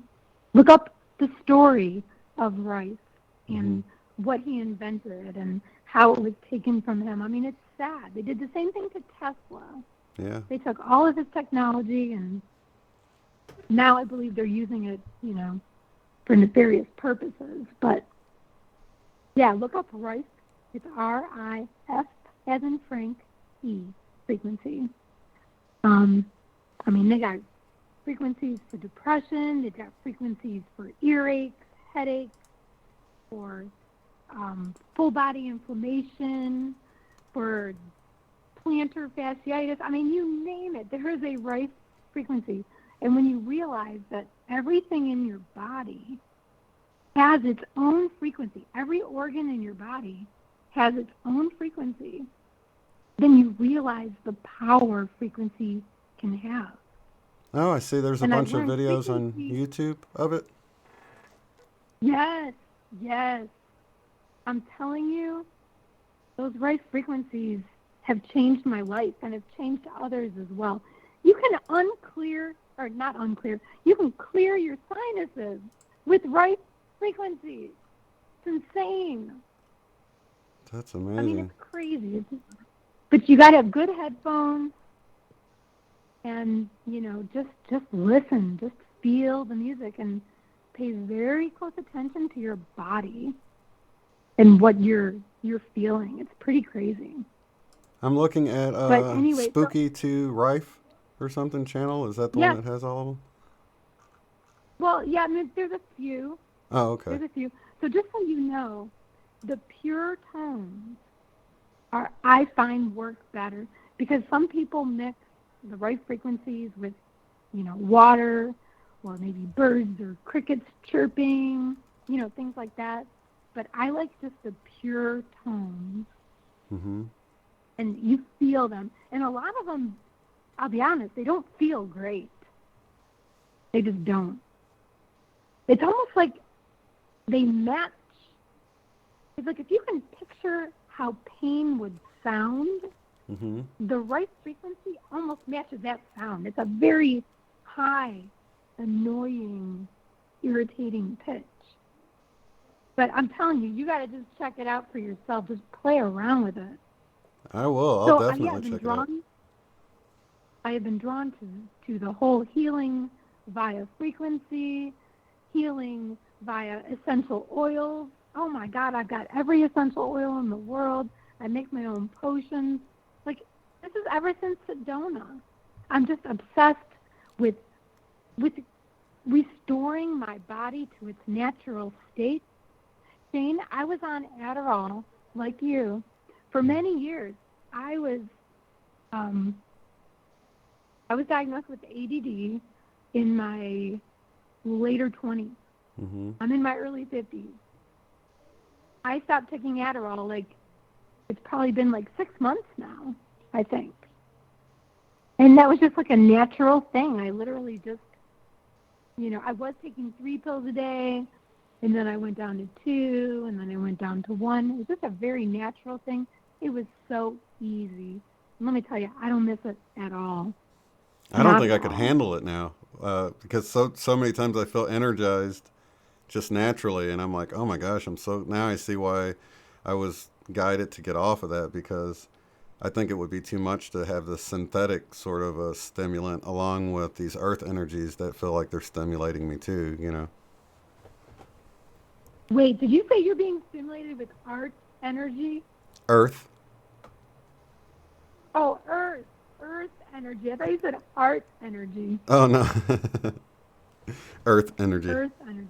Yeah, just natural, whatever cosmic energy, or I'm not sure where it comes from, but I will definitely feel energized when I'm, and a lot of times I'll think I've had caffeine and I haven't, and I'll even feel sleepy, but I'll still feel sort of zingy and energized from some, and it's different than caffeine. It's like more of a natural sort of. Even today, it got so intense. It was like the whole top of my spine was just like right at the top of my back, going into my neck, was almost tingling, like a chill, like almost like when you get a chill and it goes up. But it was just lingering like a sneeze for hours, and I was like, what is that energy in my spine? Oh my God. It was like, I didn't know if I should laugh or yell, or it just felt like I just had all this energy I needed to get out. So I don't know what the heck.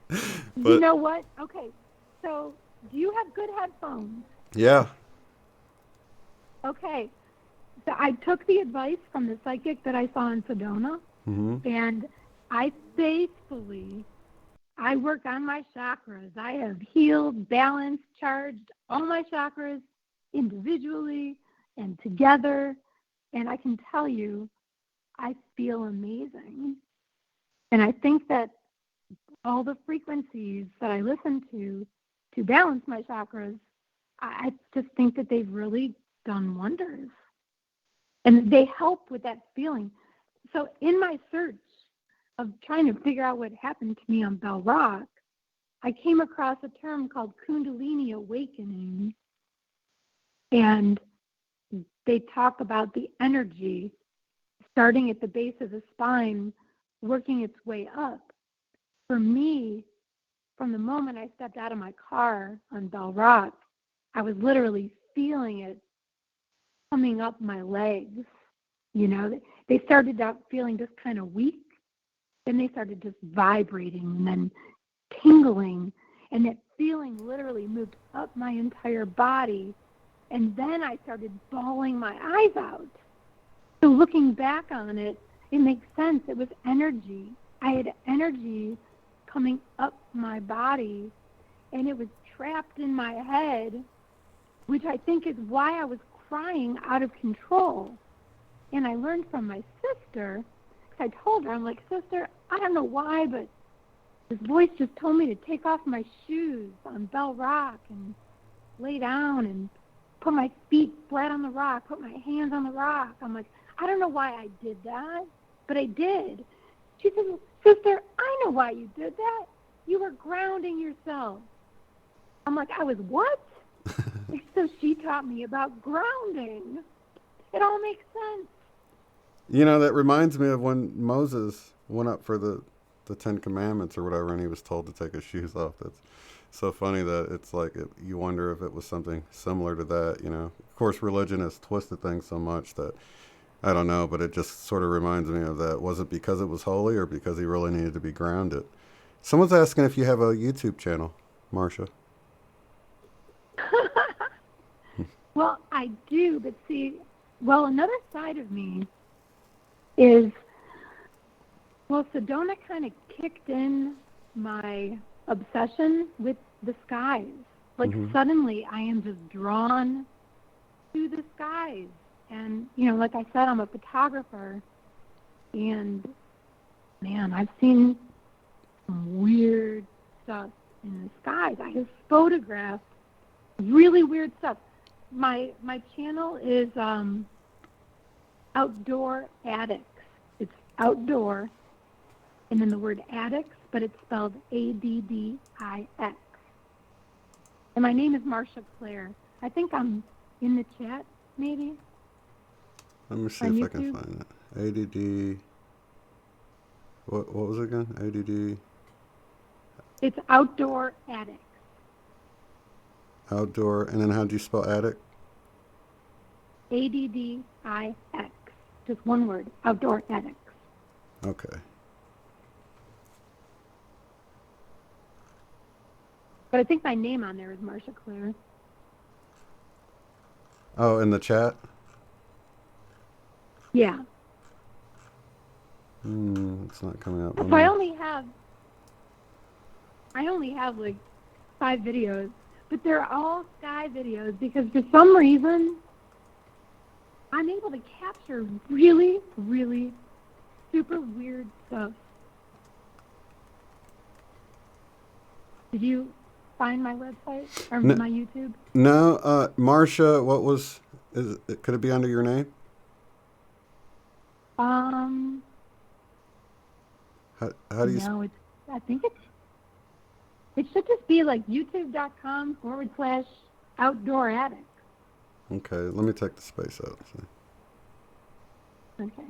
Or if one of the mods find it, you can paste it into the chat in case they find it before me. I'm going to just try the just URL. one word, doesn't it say? This page isn't available. Whatever reason... What's that? It says this page isn't available for youtube.com// outdoor addicts, ADDIX, as an X-ray, right? Really? Huh. Yes, X-ray. Hold on, let me... Okay, well, if you're in the chat, whenever we get off, you can post the link in there. Let me see if anybody put it in there yet. Are you actually in the chat right now? Well, I was, but it said, sign into chat.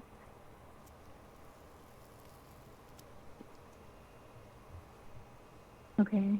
Yes, I'm signed in right now.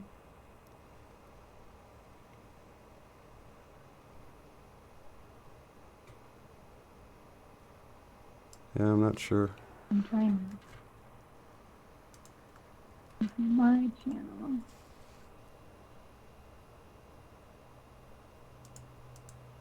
Yeah, you can see my my videos. They're very weird. Yeah, I would love to check it out. I got my... All right. I think I got it right here. If anybody's waiting, I see there's a bunch of people watching. If you want to actually talk on the air or have a comment or anything, you can raise your hand by pressing *2 on the phone, or if you're on the computer, I think you just hit the raise hand button or something like that by your name.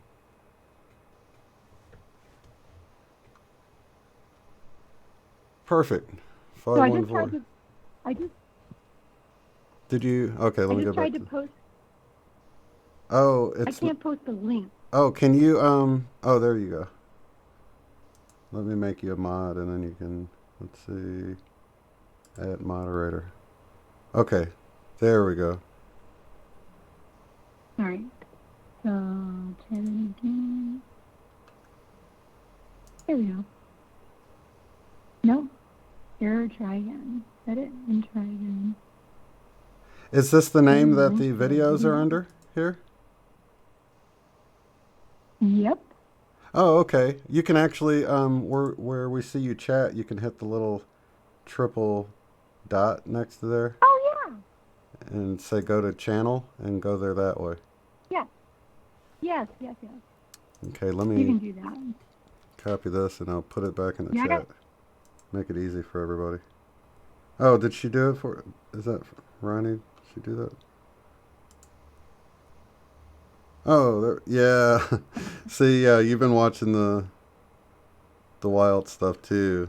It's amazing that, I'm looking at this picture. I see things like this all the time, and then it's like nobody notices the iridescence and stuff, and it just blows my mind that you're like, you see the colors? Like, what colors? Like, look closer, and it's like, I don't know. I don't see how people don't notice. For me, this is a Mandela effect.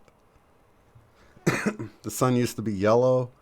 This looks blue in this video of yours that Ronnie from Florida posted in here.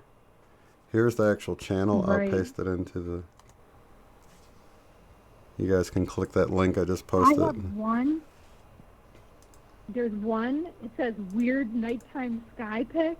Mm-hmm. You've got to see those pictures. I just don't understand them. They're truly... I've got all sorts of theories about what's going on in the sky, but I don't even want to go there because they're so weird. But seriously, some of these things that I capture, I just don't understand how I am able to find these things. But I don't know if I find them or they find me, but whenever I get the urge to go out and photograph, it's almost a guarantee that I'm going to capture some weird stuff. Yeah. Yeah, I feel the like same way. It's just get outside, start shooting, and it all revolves around the sun. There's a lot of weird stuff going on around the sun. Yeah, totally. So does the sun seem bluer, like a more of a harsh white, maybe even bluish compared to the way it used to look to you? Or do you remember it being yellow, more yellow? Oh, the sun is yellow. The sun was yellow. Right. It is not yellow anymore. Right. But the sun was yellow. Yeah. I mean, that's ridiculous. The sun was yellow and it was not hexagon. Yeah. Now all of a sudden, we have a white hexagon sun. And I have video of this white hexagon just traveling through the skies. You know, it's very weird. Like, I feel like, well, you're going to get it going on the sun, but I feel like the entire sky is connected. I feel like it's electric. There's so much energy up there. I see it. Yeah, I totally agree. The only thing I'm on the fence about is this because we're moving into this new era, or is this from all of the stuff they're spraying up there? You know, I don't really know. But I can definitely see stuff going on up there. That's for sure. It's just not how it looked when I was a kid, you know, or even 10 years ago. Right. Yeah, it has definitely changed. But then again, you know, I spend a lot of time watching the sky just because it just intrigues me, and a lot of it doesn't make sense. And then there's like a lot of glitches. Like I photographed the eclipse, and let me tell you, that was just weird. There was nothing about that eclipse that felt normal on any level whatsoever. There was just so many things that were not right, such as, all right, so the moon starts making its way in front of the sun, and then all of a sudden, it starts backing up. Like, I thought the eclipse was literally done, because it started backing up. Then all of a sudden, it was back on again. Yeah. And I have all of these photographs that clearly show the progression of the moon going from the right to the left, and then it moved back to the right, then it moved back to the left. Well, I mean, what is up with this?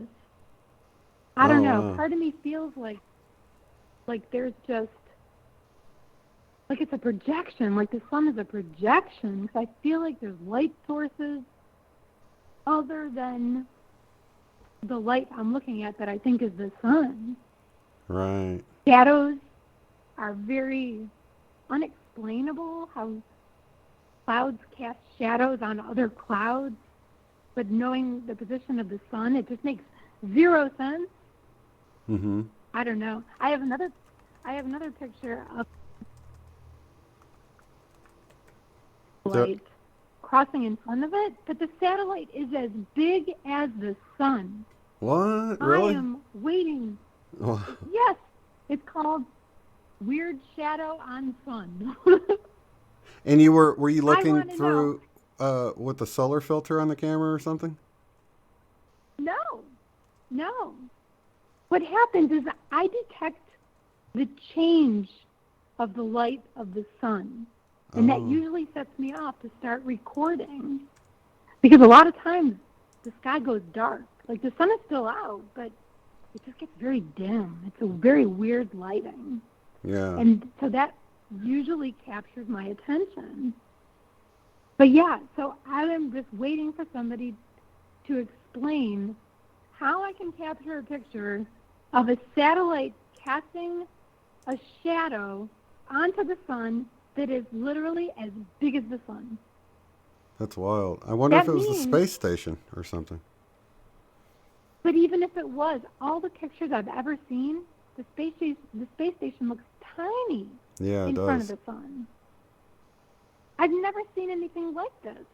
Could be a craft, or like you're saying, a projection of some sorts, because I've heard theories that all of the stuff they're spraying up there is to keep up the hologram sky that we're seeing, and that none of it is real. So, I don't know. I'm on the fence about it because I don't know for sure. So I can't rule anything out, to be honest with you. I'm like, nothing surprises me because I've seen where the sun is like flickering and getting dim, and I've seen it just doing weird stuff that's, if the sun was what we were told it is, it would be impossible for it to do those things, So I'm like, I don't know.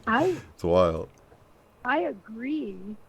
So have you ever seen any of those, like, colored orbs next to the sun? No, not. I've seen pictures and stuff, but nothing with my naked eye or nothing in my own photographs that I've taken of the sun, which I've taken quite a few of them. Well, I have some video of a blue orb next to the sun. I've also videoed. Now, this was out of an airplane, so I don't know how much I can trust what I see, but I have video of what appears to be two suns. But then again, I often see a light source that looks like the sun, but then I'll see another light source to the left and another light source to the right, to the point that I start to question which is the sun, because they all illuminate as bright as each other. It just doesn't make sense. I don't know. I have video of the sun flickering, and it's almost like a light bulb went out, like it kind of flickers and then dies, and then it slowly comes back on, and it appears like when you turn on like a fluorescent light, the light kind of stutters. Yeah. The sun did that, and I have it on video. I can't upload it because I got to figure out how to upload it. I've got 26,000 pictures on my phone. Oh, wow. And I've got videos. Yeah, I take a lot of pictures. But I also have my camera. I have a Nikon D500. I got, it's a professional camera, professional lenses. Although, have you seen any of the video coming from the Nikon P900? No, people are photographing and videoing Saturn and showing the rings with that camera. What? Really? Yes. The camera's like $500 or $600.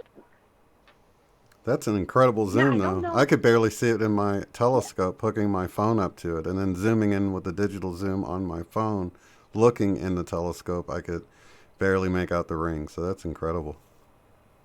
Oh, yeah. Listen, I got myself an incredible setup, but I am definitely considering getting one of these P900s because of the reach and because of what I'm seeing. Yeah.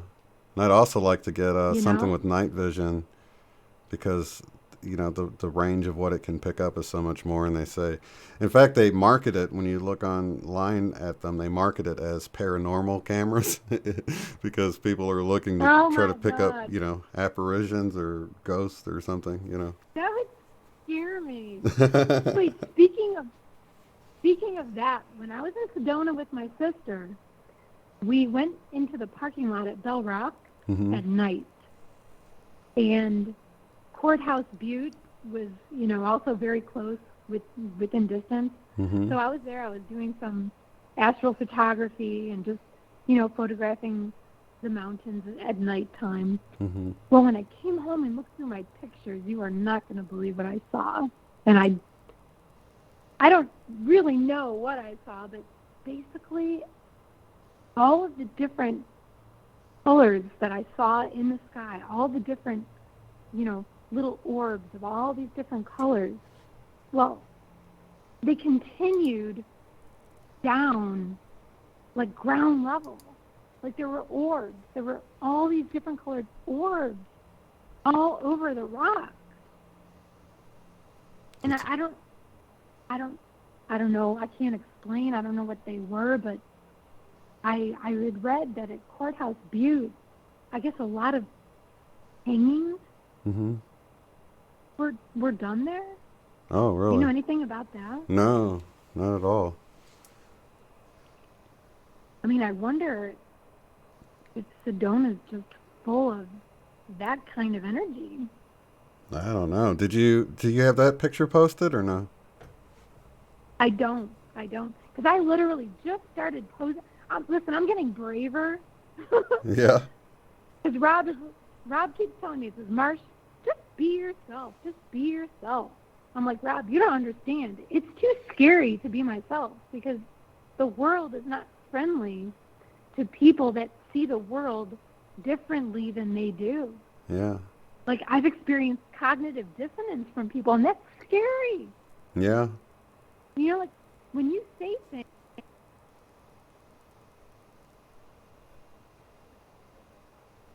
Are you still there, or did I lose you?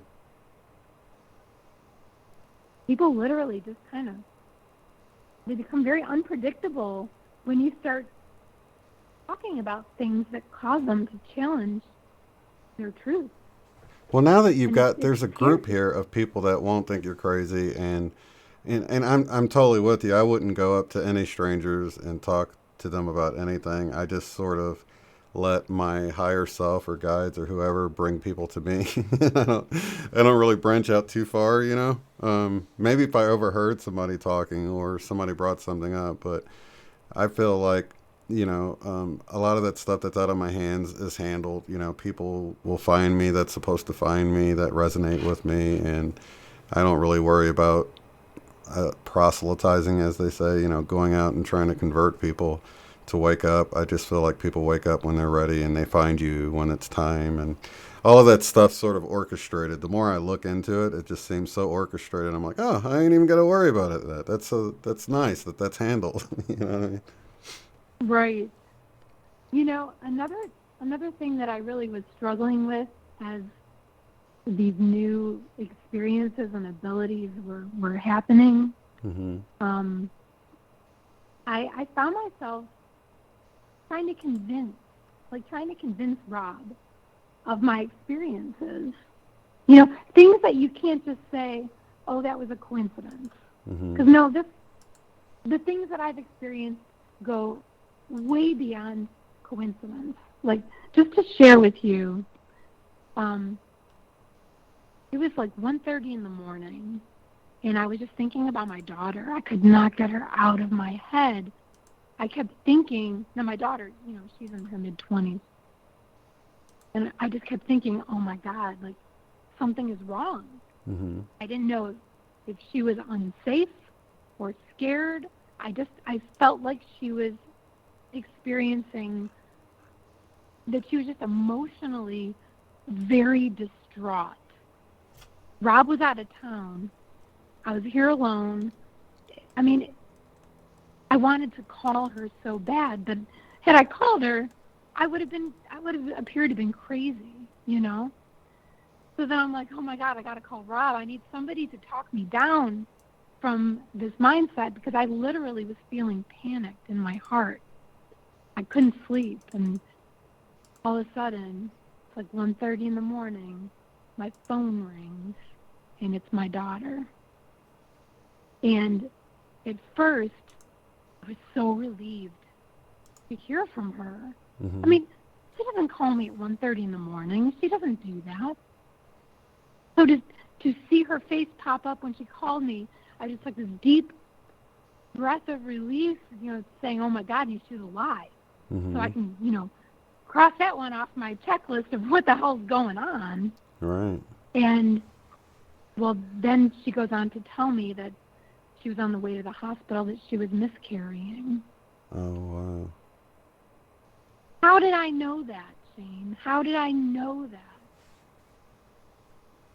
See, I think that's that connection, You know? that we're all connected. And, you know, when it's somebody like your daughter, that connection is so much stronger, you know. So you were feeling the energy clearly, you know. Sort of like when you know somebody's about to call you, you think of someone and then the phone rings, and things like that happen all the time, and people just blow it off as coincidental. But I think it's like, you know, we all have, just like your cell phone has a frequency that when someone calls you, it hits that frequency.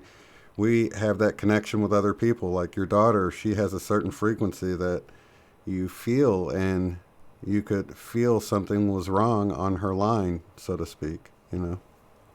I think it's becoming stronger and stronger, but I think the cell towers they're designing that to mess that up, because I've been noticing how it doesn't happen as often. Like synchronicities happen a lot, but I think that's on a different level of, you know, I think they want it to interfere. I think, you know, that might be the thing with 5G and all that, is because it muddies the water, so to speak, of the other frequencies. It's like static on the line, you know. Right.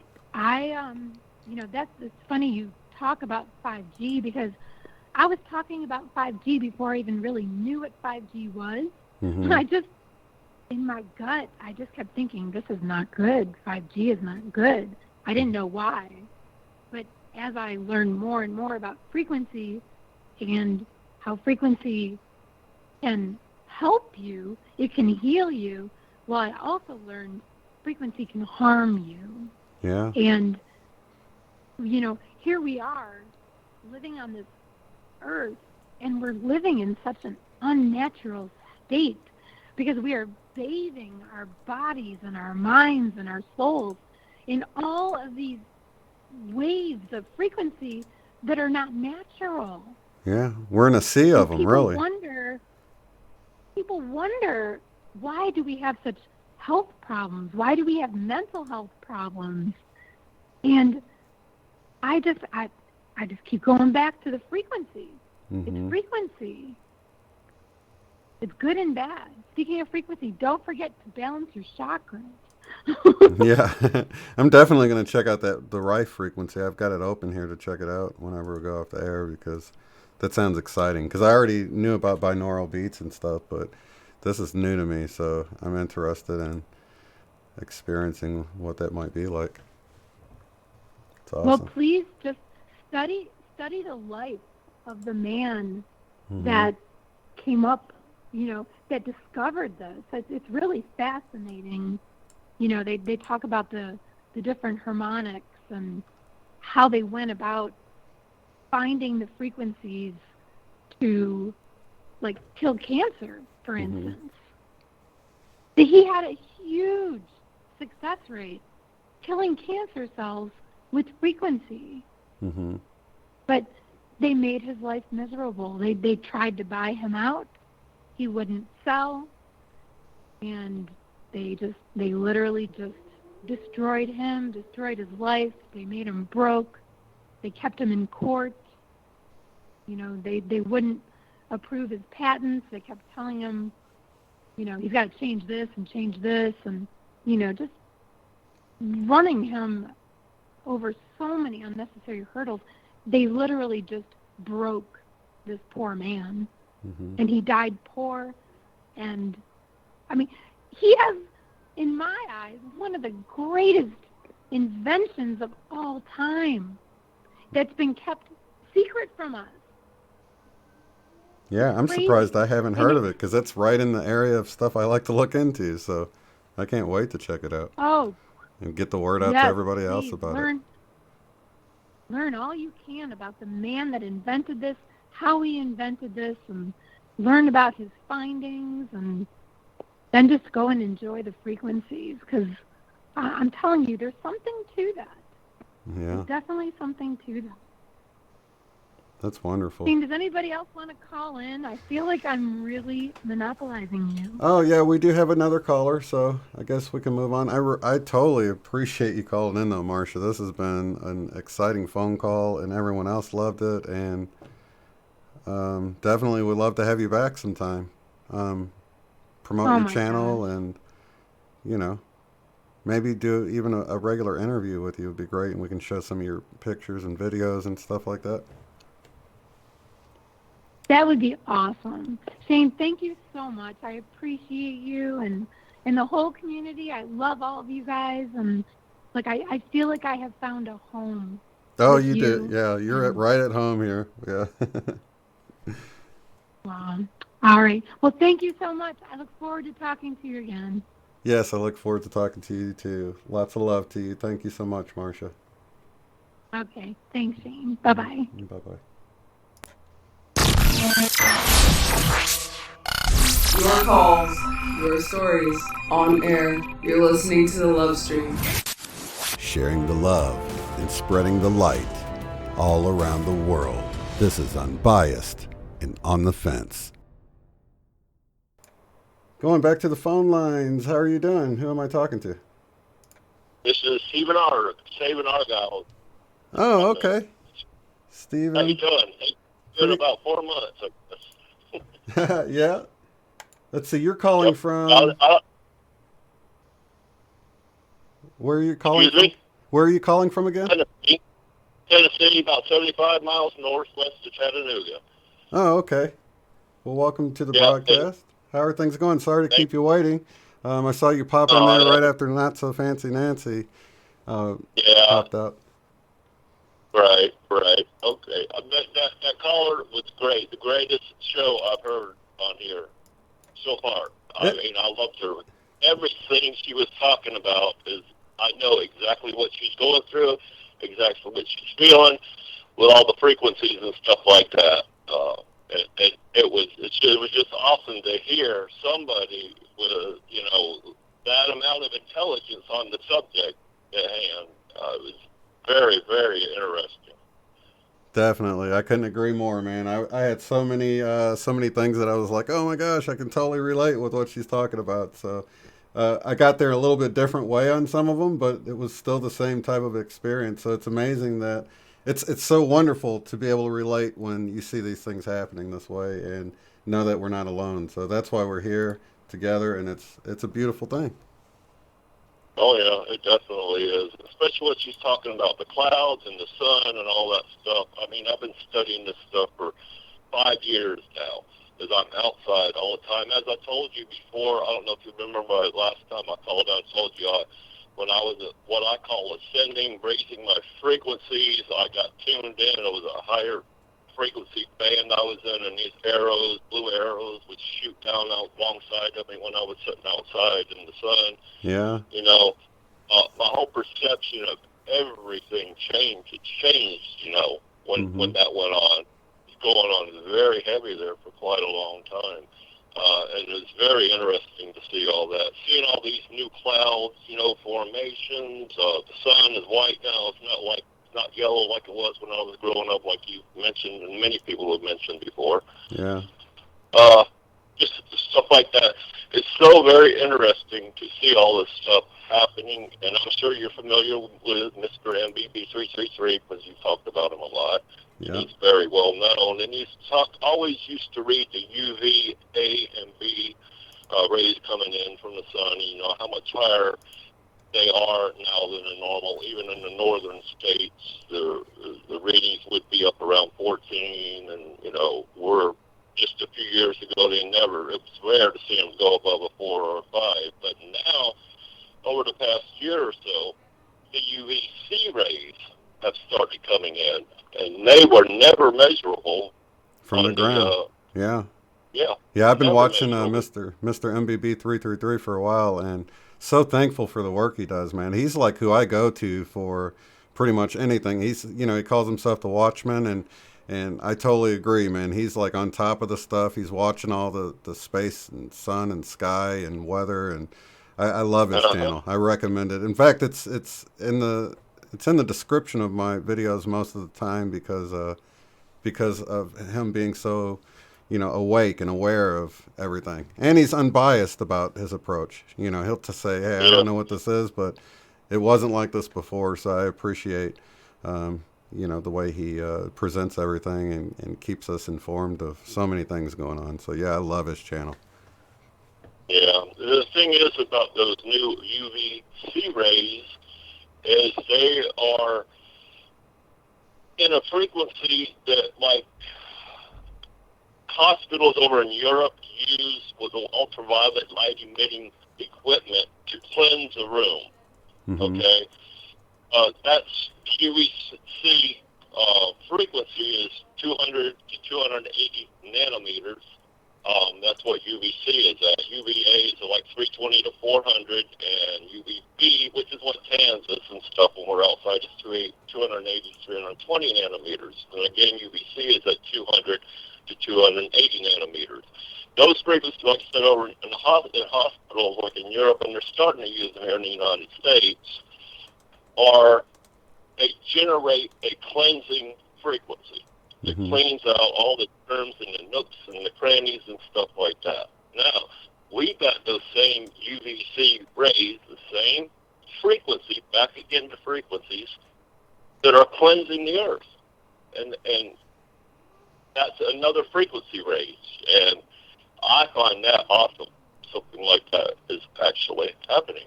It's like Mother Nature, the universe, is cleaning, the earth, cleansing it. And the earth is also reacting. I mean, that's what's all this wild weather, tornadoes, earthquakes, tsunamis, and all that stuff. I believe that's what that's all about. Self-cleaning. I like that. That's a positive look because, most people are like, frightened when they see the whole UVC thing reaching the earth. And I heard that the only place you find UVCs typically is in like surgical equipment. It's made to clean. They put stuff in this device that like beams UVC rays at it to what's anesthesize, or what's the word for it? When you, I can't think of the medical term for it, but yeah.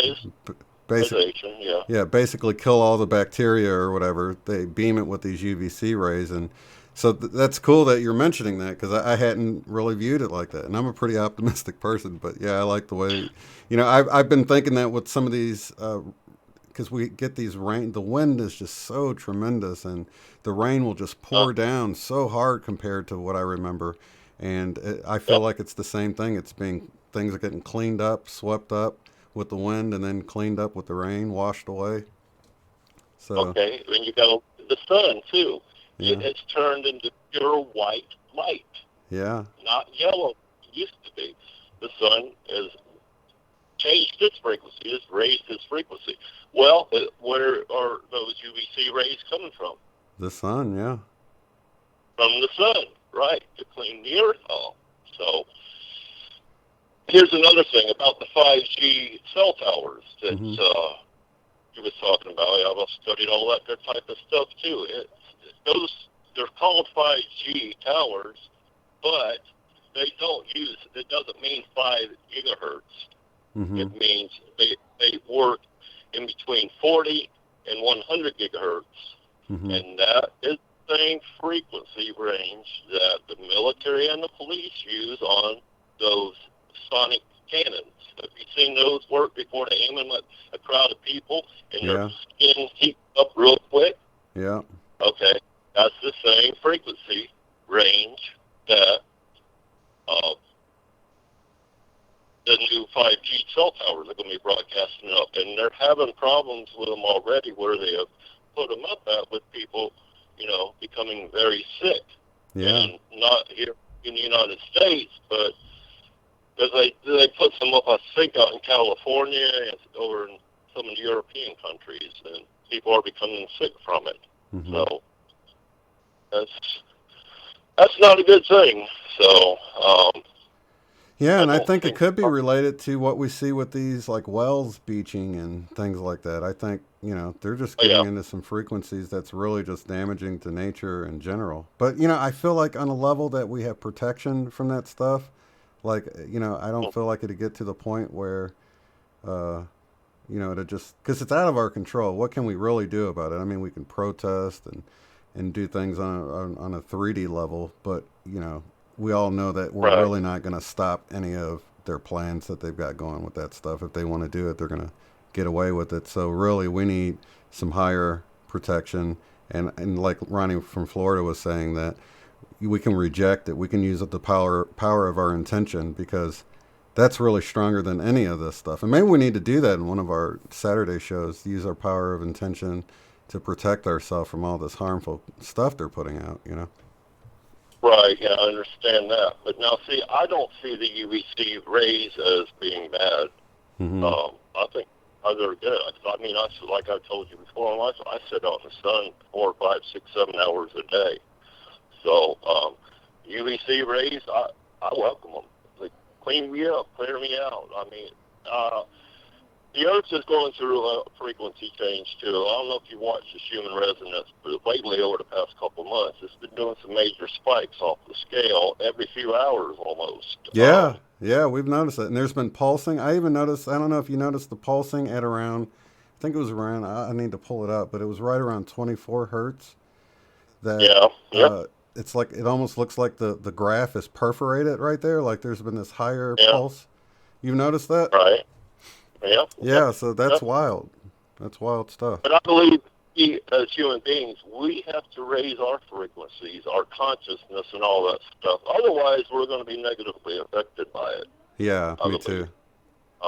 I really do. Now, you remember back in the 80s when the ozone layer thing went on, and they said the ozone layer was so thin because of all the aerosols, freon and stuff like that getting to the air. Do you know that the ozone layer went back to the normal for a short time, but do you know now, right now, it's thinner than it was even back then in the 80s?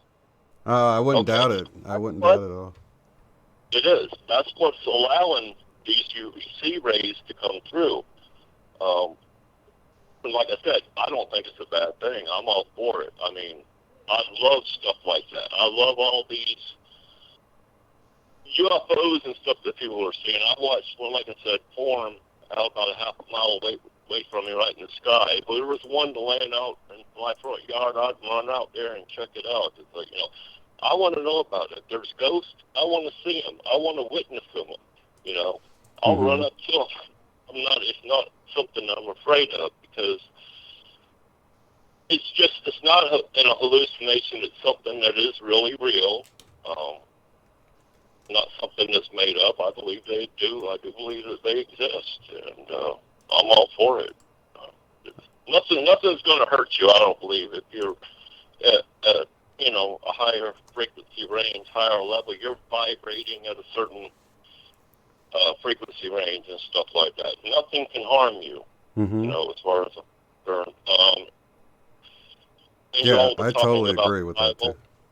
And like I wrote on there, I believe the Bible can very much keep people suppressed about, ascending and stuff like that. To me, this is just my opinion. The God, that I believe in has no hate, has no harm in him, or anything like that. And there's parts in there in the Bible where it says he commanded these people to kill these children and slaughter them and stuff like that. That is not any God that I want to believe in, because to me, God is pure, high-powered energy, pure love, which is energy. Love is not anyone who does the research in it will see that that's not the same God that Jesus called Father. It's really clear. You can just look in just the Bible and see that. Just from, I think it was Matthew 7, where Jesus is talking to them about who they call Father, and Abraham's seed and all that, and he calls their father the devil. So I think just within the Bible, it's clear that that's not who Jesus was calling. When he said, my Father sends me here, he wasn't talking about Jehovah, which is taught in the church. Well, Jehovah's Jesus, his father, and that's not true at all. I mean, people listen to what the preachers say rather than doing their own research. And like I said, it's all right in the Bible. You don't even have to go outside the Bible to find these answers. But when you do, you can actually get confirmation on what the Bible's saying on all that stuff. So I completely agree with you, man. God ain't going to go and slaughter people. God's not going to get jealous. God's not going to get angry. All of those things were the Jehovah God that wasn't really a God, Right, exactly. And it literally gives me a little feeling in my chest when I see people who go to all these churches and worship all this stuff that they're being taught, when the preacher teaching it doesn't really know the reality of the Bible, and the real God. To me, again, like I said, we create our reality. I believe that wholeheartedly. And I believe that we are God. Everything is part of God. Everything is living. Just like I said posted in the chat there that, I finally talked to a true physicist today, and it was just not coincidence, because I don't believe it was just something that was supposed to happen. I ended up talking to him for hours, and I said, can you explain to me when, say, I come in from the grocery store and I throw my keys on the table, and, half hour later I remember something that I should have got at the store. So I get up and go to grab my keys on the table, and they're not there. So I find my spare keys, and I go on to the store. When I come back, the keys are back on the table. He says, they went into a parallel universe, and he goes, that's exactly what they did. Mm-hmm. Either you did or they did. Right. They weren't in parallel reality, that life that you were in when you threw them there in the first place. When you came back, either you merged into a parallel reality or the keys did, one of the two, But you come back, it's happened to all of us, We've always put something somewhere and go back and get it, and it's not there. Then we go back maybe a day or two, a week later, and boom, there it is again. Right. Does that not happen to you? Oh, yeah, it happens all the time. It's like, I know I checked here 3 or 4 times. And, why do we check places multiple times? If we've checked it, why do we go back? But we go back, and we'll find it there one of the times. Or you finish looking or giving up, and then there it is, right where you checked 5 times, and it's like, what the heck, Yep. Yep.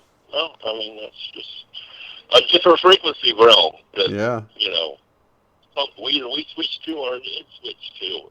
And, I believe wholeheartedly that's what it is. We just got into some very, very interesting discussions and topics. It was very, very neat. And it was so neat to talk to somebody who's a physicist who understands everything that I'm saying and agrees with me. That doesn't happen too often. However, your chat room, the people here, they understand exactly what I'm saying, just like your caller you just had on there. Mark, I guess, what's her name? I understood everything she was saying. She was right on it.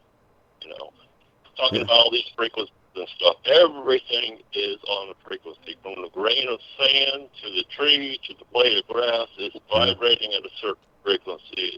Everything is alive.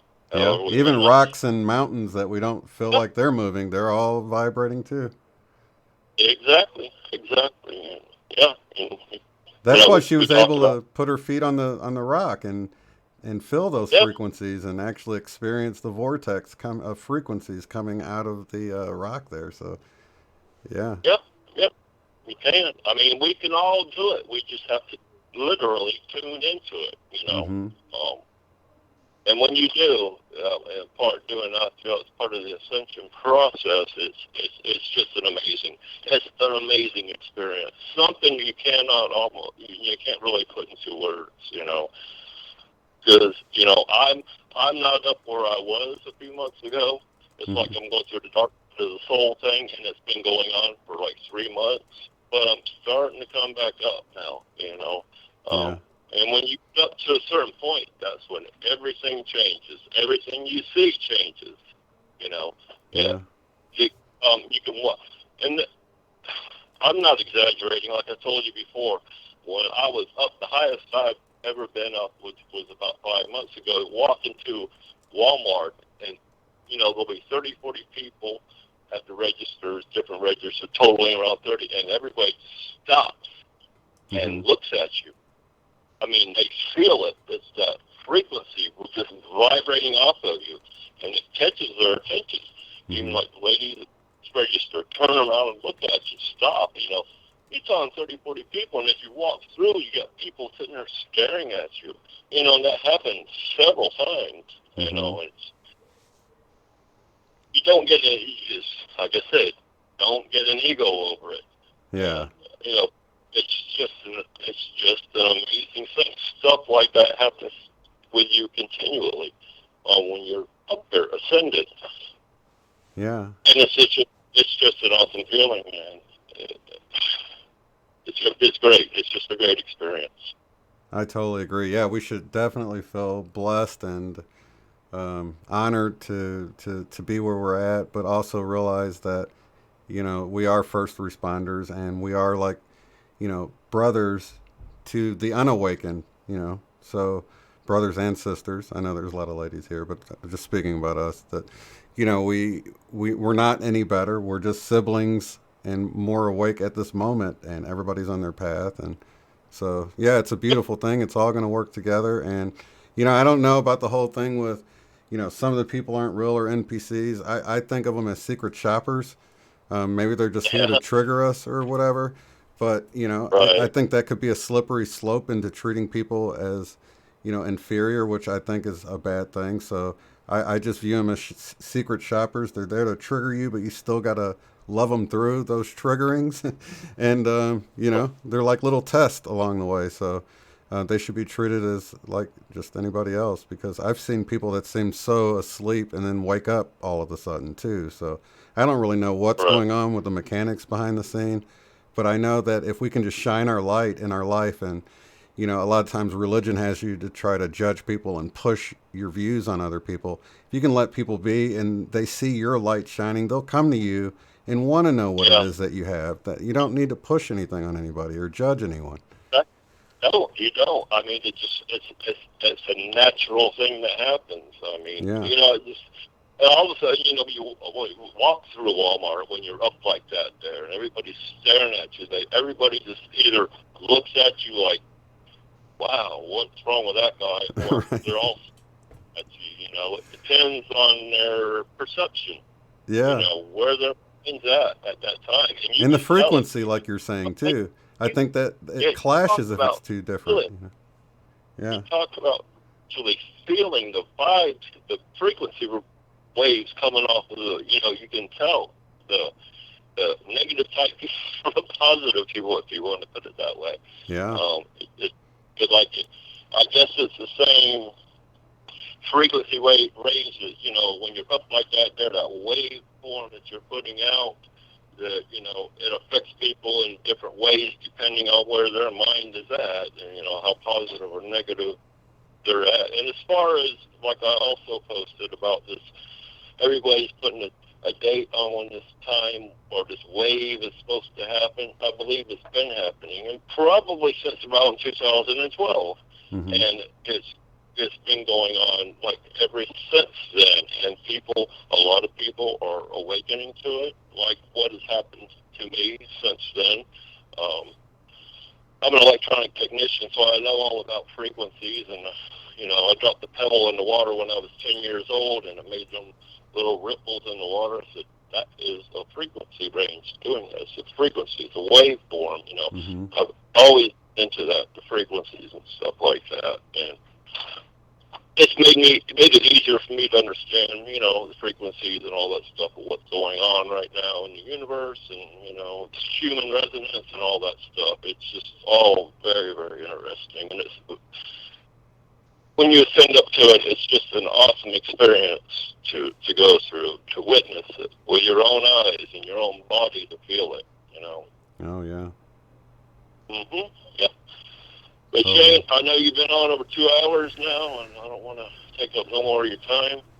Oh, no problem, Seven. I appreciate you calling in again and checking in with us. I'm glad to hear that you're on the upside. One thing that helped me out, I don't know if you checked out the I Am discourse. I have a playlist that sort of helped me not go beneath a certain level, because I know life is like a roller coaster with its ups and downs, but I don't get into that deep, dark hole anymore since I've learned the I Am discourse, and I realize that we're really in charge of how deep we go when we get into those ruts, and just that information alone, knowing that we have the control over that, helps you catch it before, because it's like a magnet. You know how you get magnets close, you can feel them pulling, but at a certain point, it just sucks it to it, and there's nothing you can do. You just have to pull it apart again, and that's how we get in those ruts sometimes. We can feel it coming, and if we stop it before it actually sucks you down in there, then, you know, you never get down that low. So the I Am discourse helped me through that, and there's a playlist for anybody that feels like, you know, it helped me anyway. Right. Well, the thing is with me, I mean, it was just a sudden, like, overnight thing. You know, I was screaming, running with it, going with it, it's high frequency range, and all of a sudden, the next day, it's like, whoop, gone. You know, that's what they call the dark night of the soul. Mm-hmm. I had it happen, you know, over the past few years. Yeah. Because I was doing all the happening and stuff like that. But it would only last 3 days, maybe a week, and that was it. Right back up again.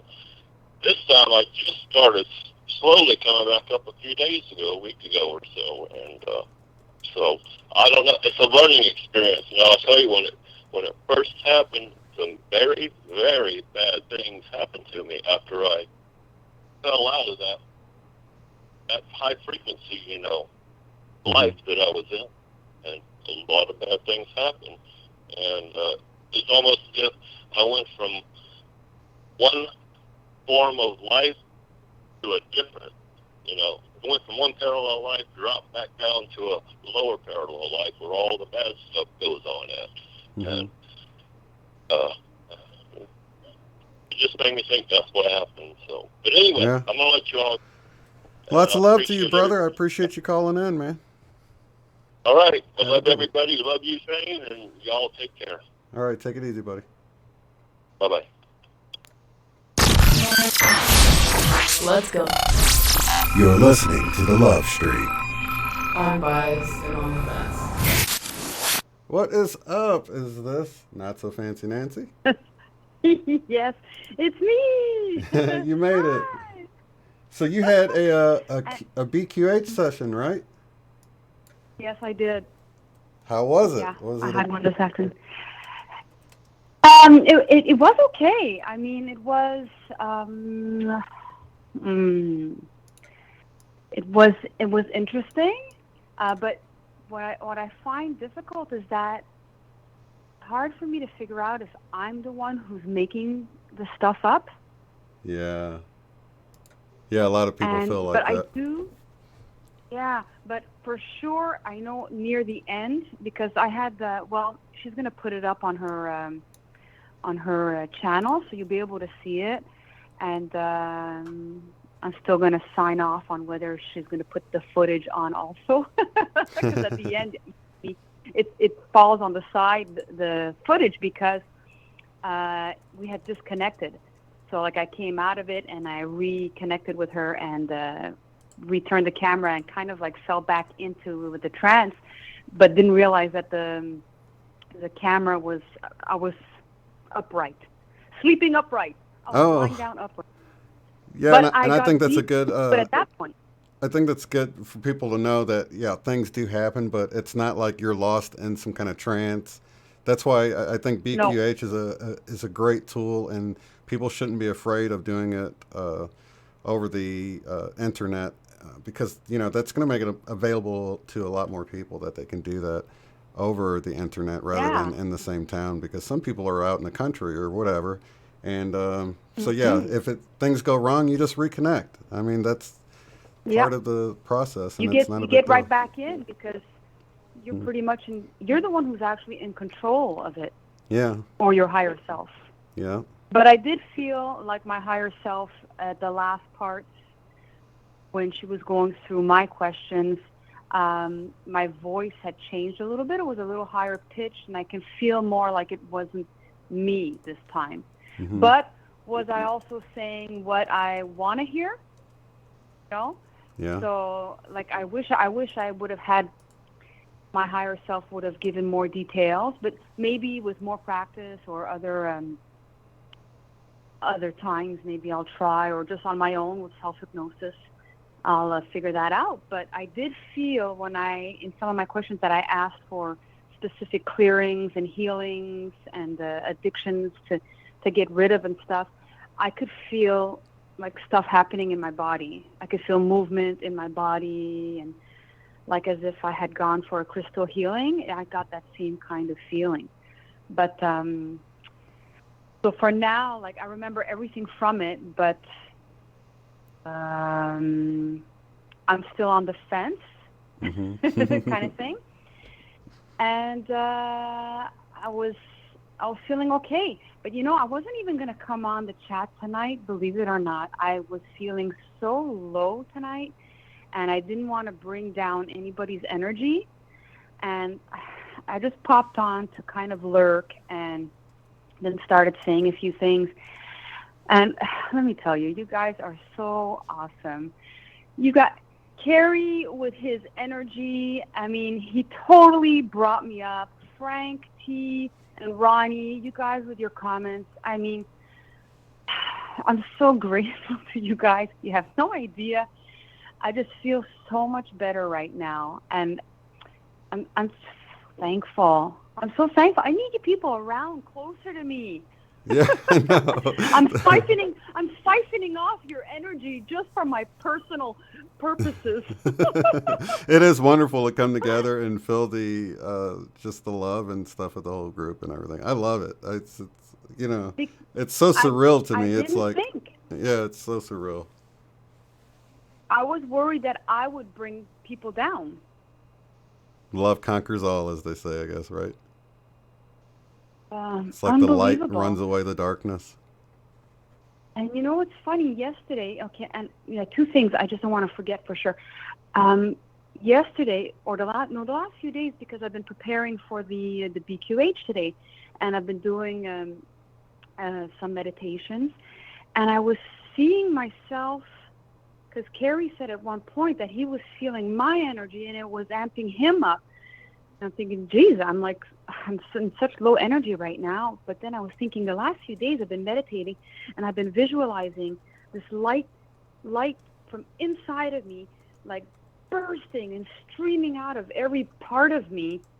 And I kind of like would shoot it out to wherever I was going. Mm-hmm. And so maybe that was kind of like still around. It just reached farther out, and I guess it's kind of like a delayed thing. I don't know if you know what I mean. Yeah. I think people say that it you know, over a few days things begin to integrate and make more sense to you as you consider them. So. Mhm. Well, Frank T, I hope you don't have a full pot of coffee, because I am not going to be talking for too long. He said he was going to have a full pot of coffee ready for when I came on. I did want to mention this afternoon, because Lauren came on before also. And remember that dream that I talked about of Lauren being in my dream, and that angel tornado? Mm-hmm. Remember that, Shane? Yeah. Okay, well, she contacted me because Carrie saw that I had written that and gave her the message. She contacted me, and apparently it was, I guess, a message to her. So she's going to tell me more about it at some point. Oh, but wow. That's exciting. And yeah, and today, earlier this afternoon, I was looking. The sun was coming. It wasn't just exactly sunset, but the sun was coming low, and the clouds were weird, and they were like spread out, and I took a picture, but I'm taking it from my iPhone, so I don't have like a super amazing camera, but it looked like an angel that had fallen, that's falling from the sky just above the sun, like a man angel, because you can see the face and you can see the arms and the wings kind of folding over, like he was like pushed down or dropping down. Mm-hmm. And that kind of reminded me of that angel tornado that I had seen also. So that was really fascinating. I'm going to post it up on the Consciousness Wave Facebook group.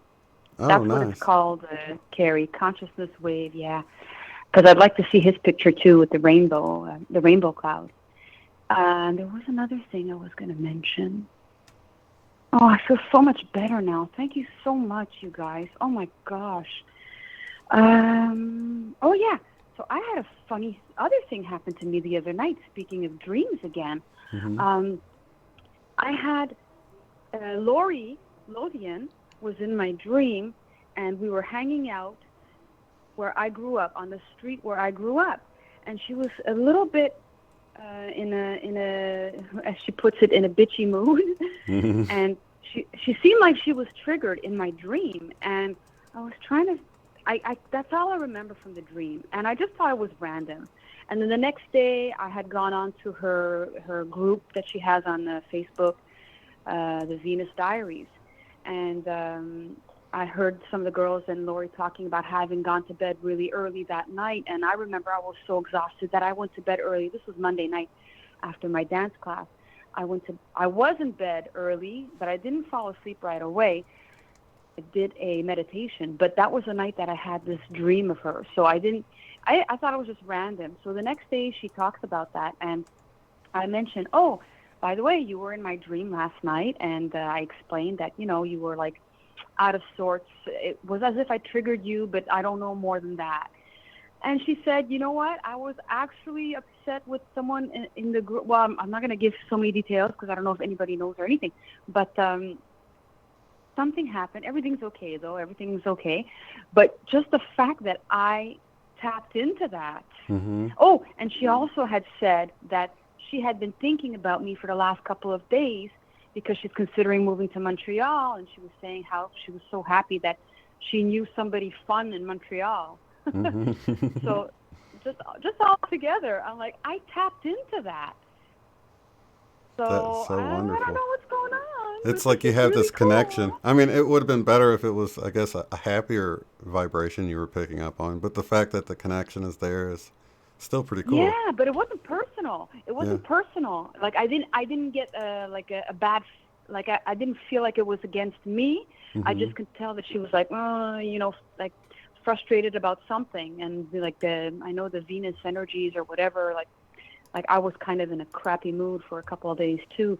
My ex, I just couldn't like even be near him much. I work with him, remember? So mm-hmm. It's kind of draining, but I remember. I mean, I even had to tell him I feel so bad. I said, listen, I can't even spend an hour with you. There's no way I'm going on vacation with you. I had to be blunt and direct, but he just doesn't get it. I guess I'm just so amazing. No, I'm kidding. I'm kidding.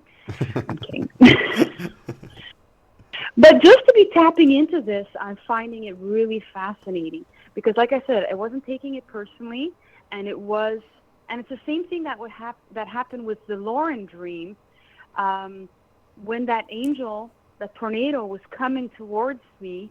Mm-hmm. I woke up and I felt neutral. Yeah. And that's the same thing that I felt with Lori, because I kind of half woke up and like I felt neutral about it. So there wasn't like an emotion attached. Right. So then I guess that was really just tapping into, I guess it's maybe this telepathy thing.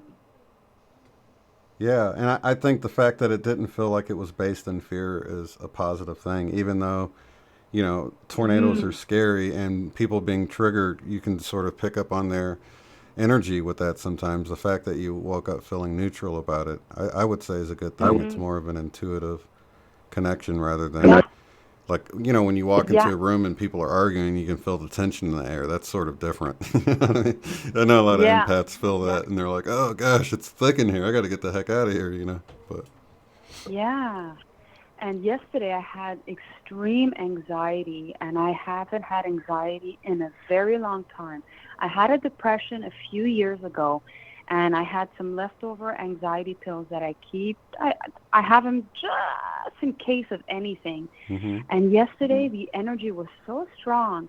And again, it could be many things. I'm not going to pinpoint on anything. And Michelle Wolf said it was an ascension symptom.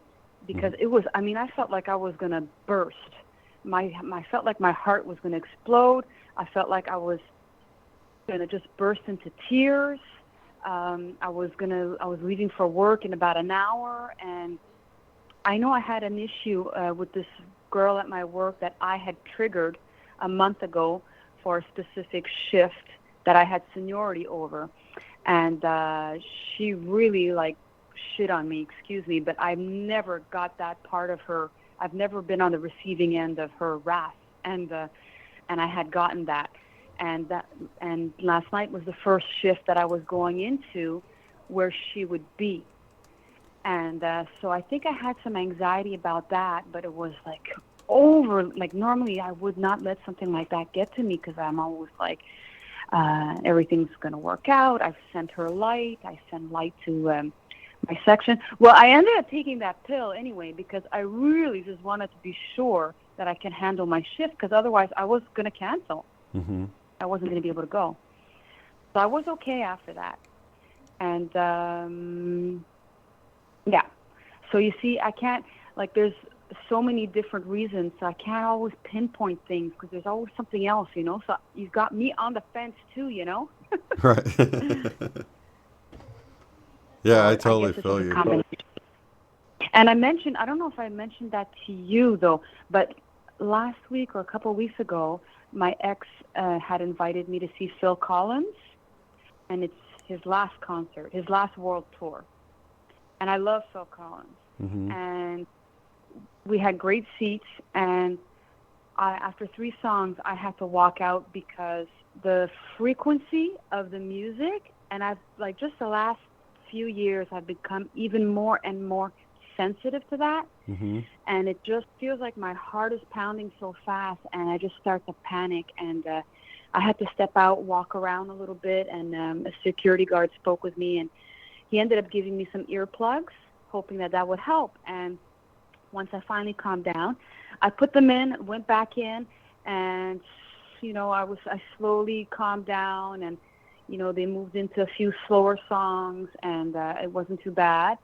And then the show ended, and of course I was upset because they didn't play my song, Take Me Home. I said, I came here because I have to absolutely hear Phil Collins play that song live. And of course, on the encore, they came back out and they played that song, and I whipped out those earplugs, and I'm like, I'm gonna handle it this time.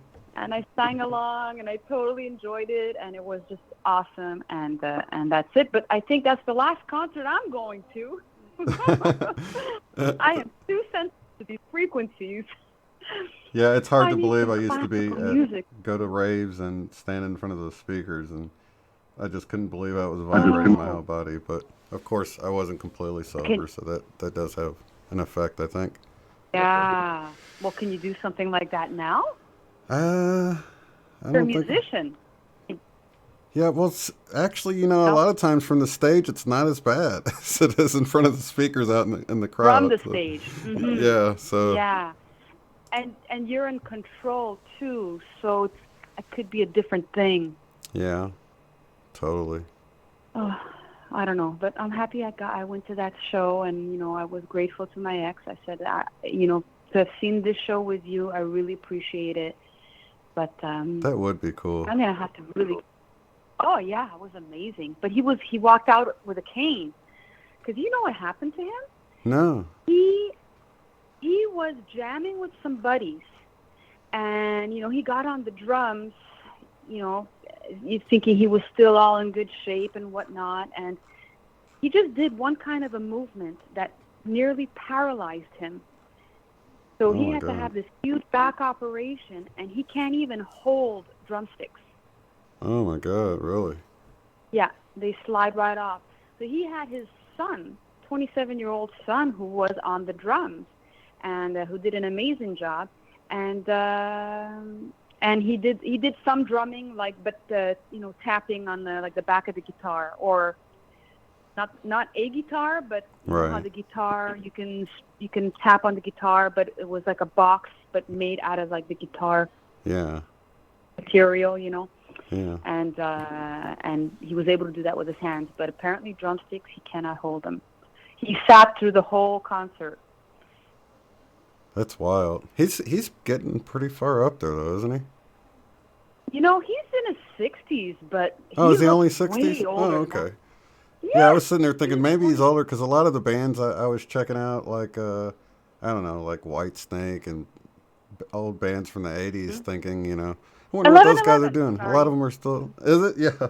Yeah, it's 10-11 for me. 11-11 on the East Coast, though. That's wild. Mm-hmm. Shout out to the 11-11 East Coast people, and 12 hours away from us, whatever that is. But, so they are. They do look older, yeah. A lot of them are still playing it. It's like, what the heck? They're still performing?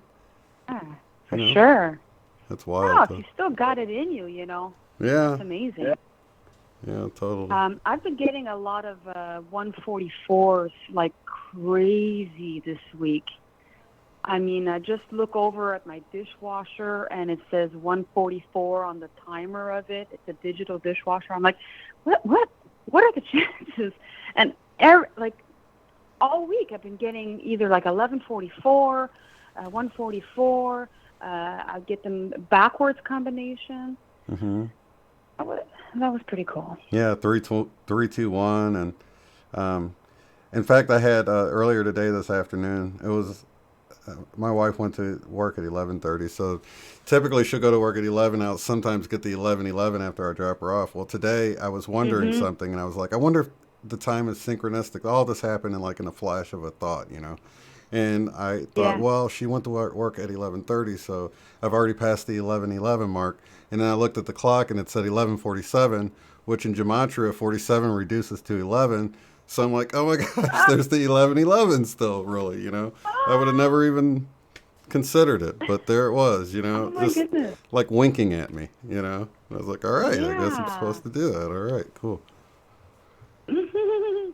I still haven't figured that part out about thinking about what you were thinking about when you see the number. Yeah. And you get to where you look for it like I did. Like I'm thinking, and it was like a question of, man, should I do this or not? And I'm like, well, let's look at the clock and see what it says, And there it was. It was basically 11:11 when I saw it, So it was wild. I'm gonna have to document this when it happens to me. I think. Well, I've been telling people that I'm probably gonna go start my channel up again, my old channel of my vegan days, remember, and use that as documenting my everyday experiences, because I don't always get to I have journals all over the place, but I just never, I'm not going to wake up and start writing in the middle of the night if I'm tired, or, well, I could put a note, obviously, because I'm going to if I'm going to do it as a video, just quick little things like Sherry's doing, just so that I can document what's going on and see the patterns, and because they're coming quicker and quicker now. These dream things are really, really cool. Yeah, I think you should, definitely. And even someone else was talking about Marcia, who was on earlier, that she should do videos about her lucid dreams, that people would really enjoy watching them too, on top of the other ones with the sky. Yeah. Did I tell you that my son saw a woman standing next to his bed? No, how old is your son? 13. Oh, wow. And he saw a woman next to the bed when he was waking up or going to bed, or? No. This was a couple of weeks ago. He woke me up at almost 5 in the morning, and he said, well, he was in his bed, and he called out to me. He says, Mommy, there was a woman standing right next to my bed.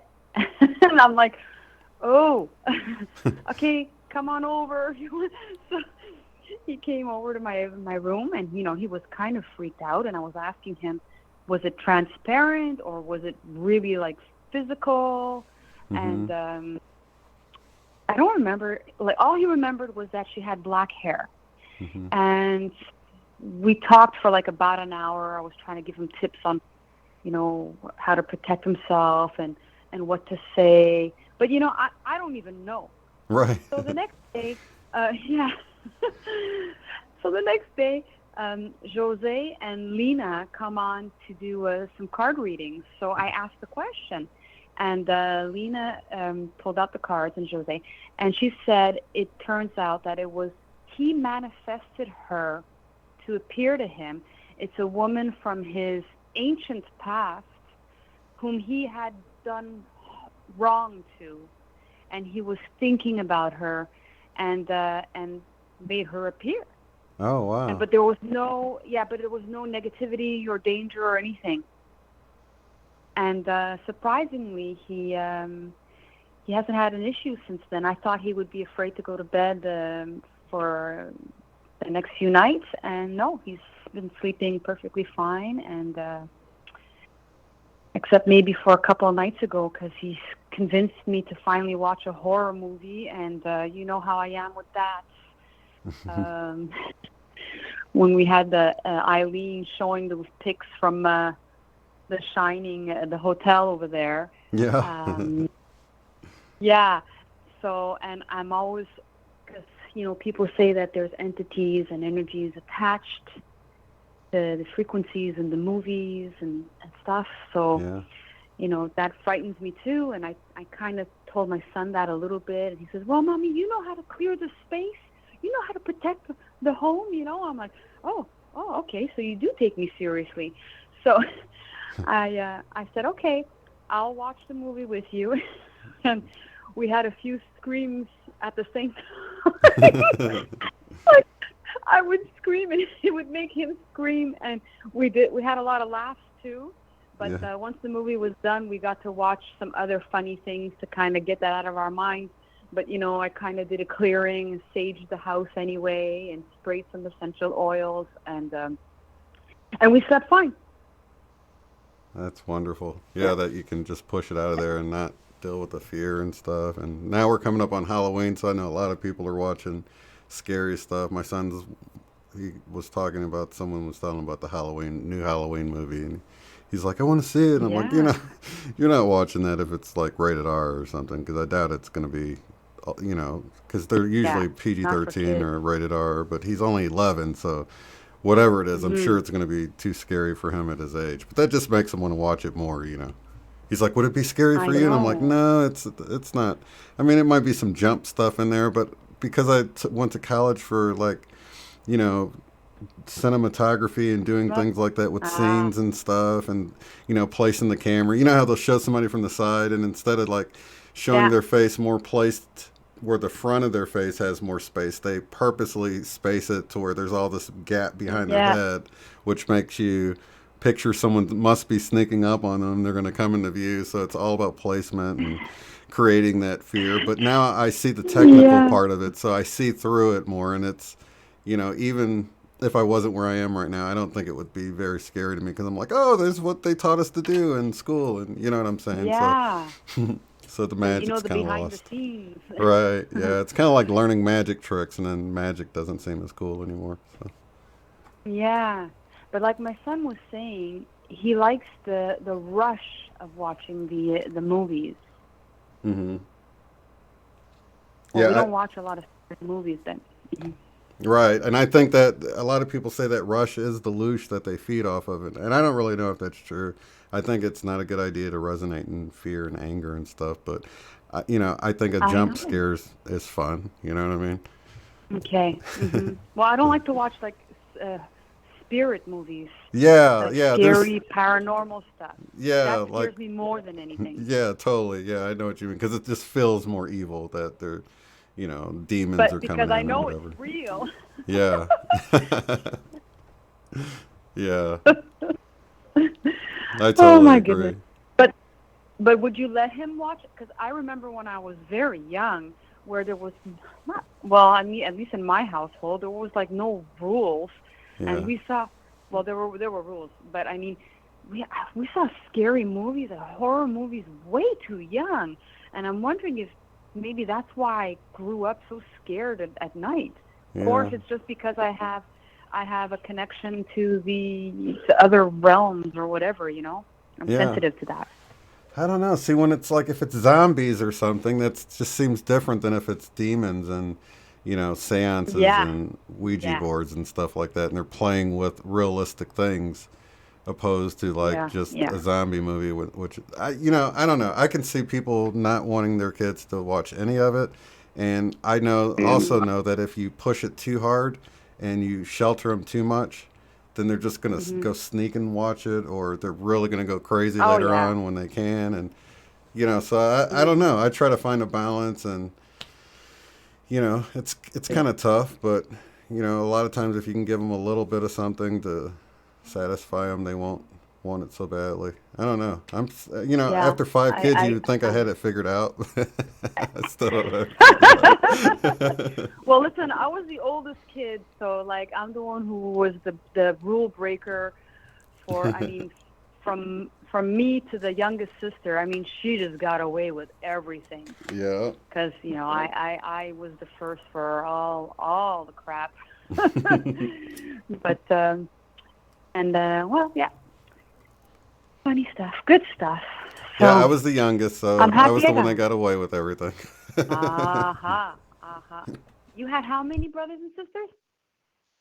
I was the youngest of 3 in our household, but I had 2 older sisters that weren't in my household. that I only saw like a few Okay. times, like half sisters. Okay. Okay. Yeah.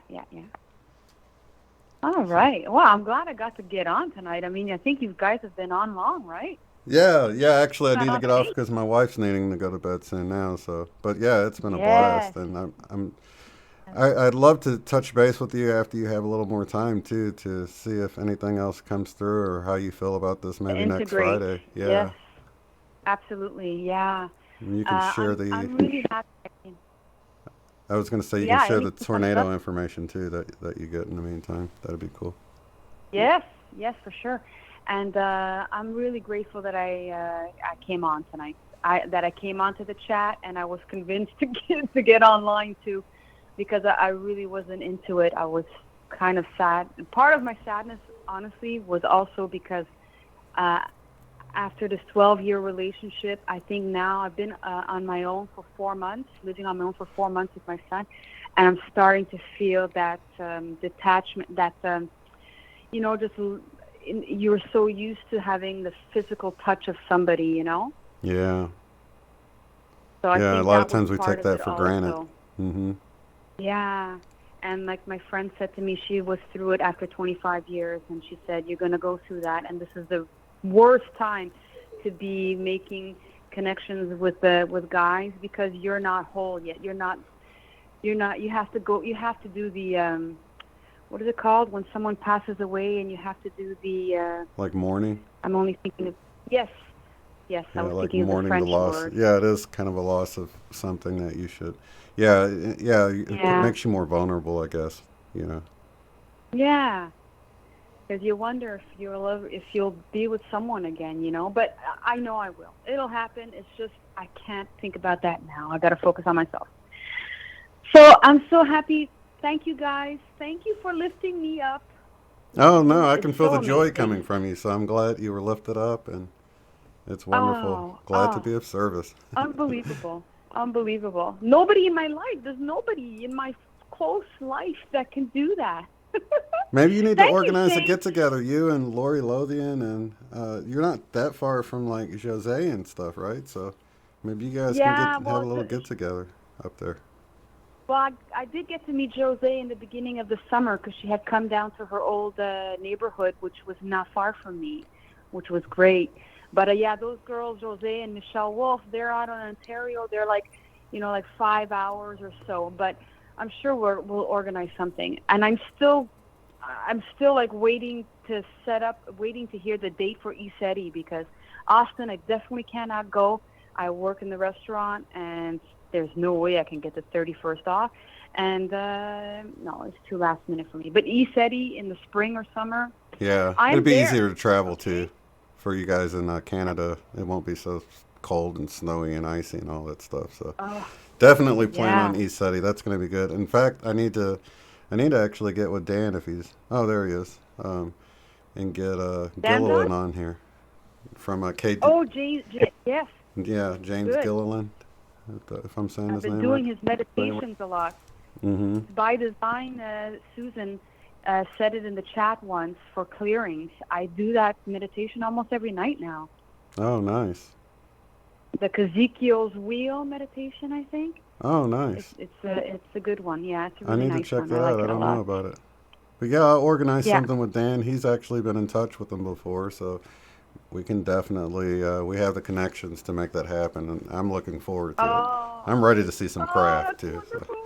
Oh, that's wonderful. I'm ready to see you guys. That's what I want more. Oh, yeah, definitely. Just that connection with each other is awesome, too. So yes, I want to physically hug you. Yeah. Hug you all.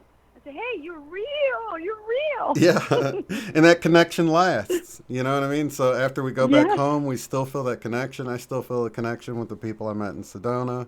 And I think as we keep, meeting in different places and making those connections, we're going to strengthen this love light grid we have around the world, So. Oh, yeah. Oh, absolutely. I'm so excited for that. Well, I'm going to sleep so well tonight. Well, awesome. Thank you for coming back on, Nancy, and lots of love to you. Lots of love, Shane. Good night to your wife. She's so kind to let you on here all the time. And a big hug to your boy. Thank you so much. All right. Take care, everybody. Talk soon. Love you all. Love you too. Bye-bye. Bye. Awesome. Trying to see. Oh, I'm starring myself here. Well, cool. So we will see you guys tomorrow night. Oh my gosh, I just looked up at the runtime. It was 33333. It was 3 hours, 33 minutes, and 33 seconds for my talk show. I've been going longer on there. I set that up ahead of time. So if you ever do want to get on the call early, you can actually hop in up to 15 minutes before I go on the air to ensure you get on, and then we can actually talk before I go live. So yes, Zero, me and Eileen are talking about having Cynthia Sue Larson on when she gets back. Right now, she's not going to be here tomorrow night for tomorrow's love stream, but yeah, we're definitely planning on having her on, so looking forward to it. Let me see what else I'm missing right here. And yeah, I think we're just focused on Austin right now, but we're definitely going to do ECETI. That's definitely in the plans, but we need spring or summer for that.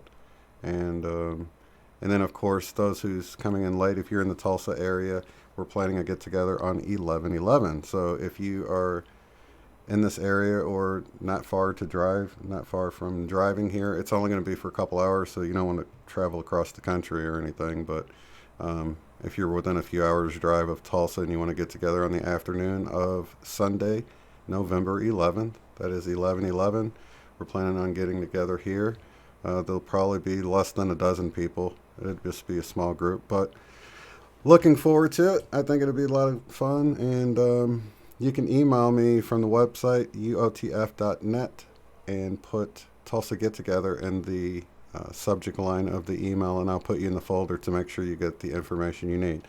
And did I read it right that it was your birthday, Michelle's Opinions? Happy birthday, if it is your birthday. I saw a bunch of birthday cakes earlier. I think it was, if I got the wrong Michelle, then I apologize, but happy birthday. Let's see. Oh my gosh, 10/26, 10/29 on 10/26. Great show as usual. Thank you, Sherry. Lots of love to everybody in the chat. We'll see you guys tomorrow. Have a good one.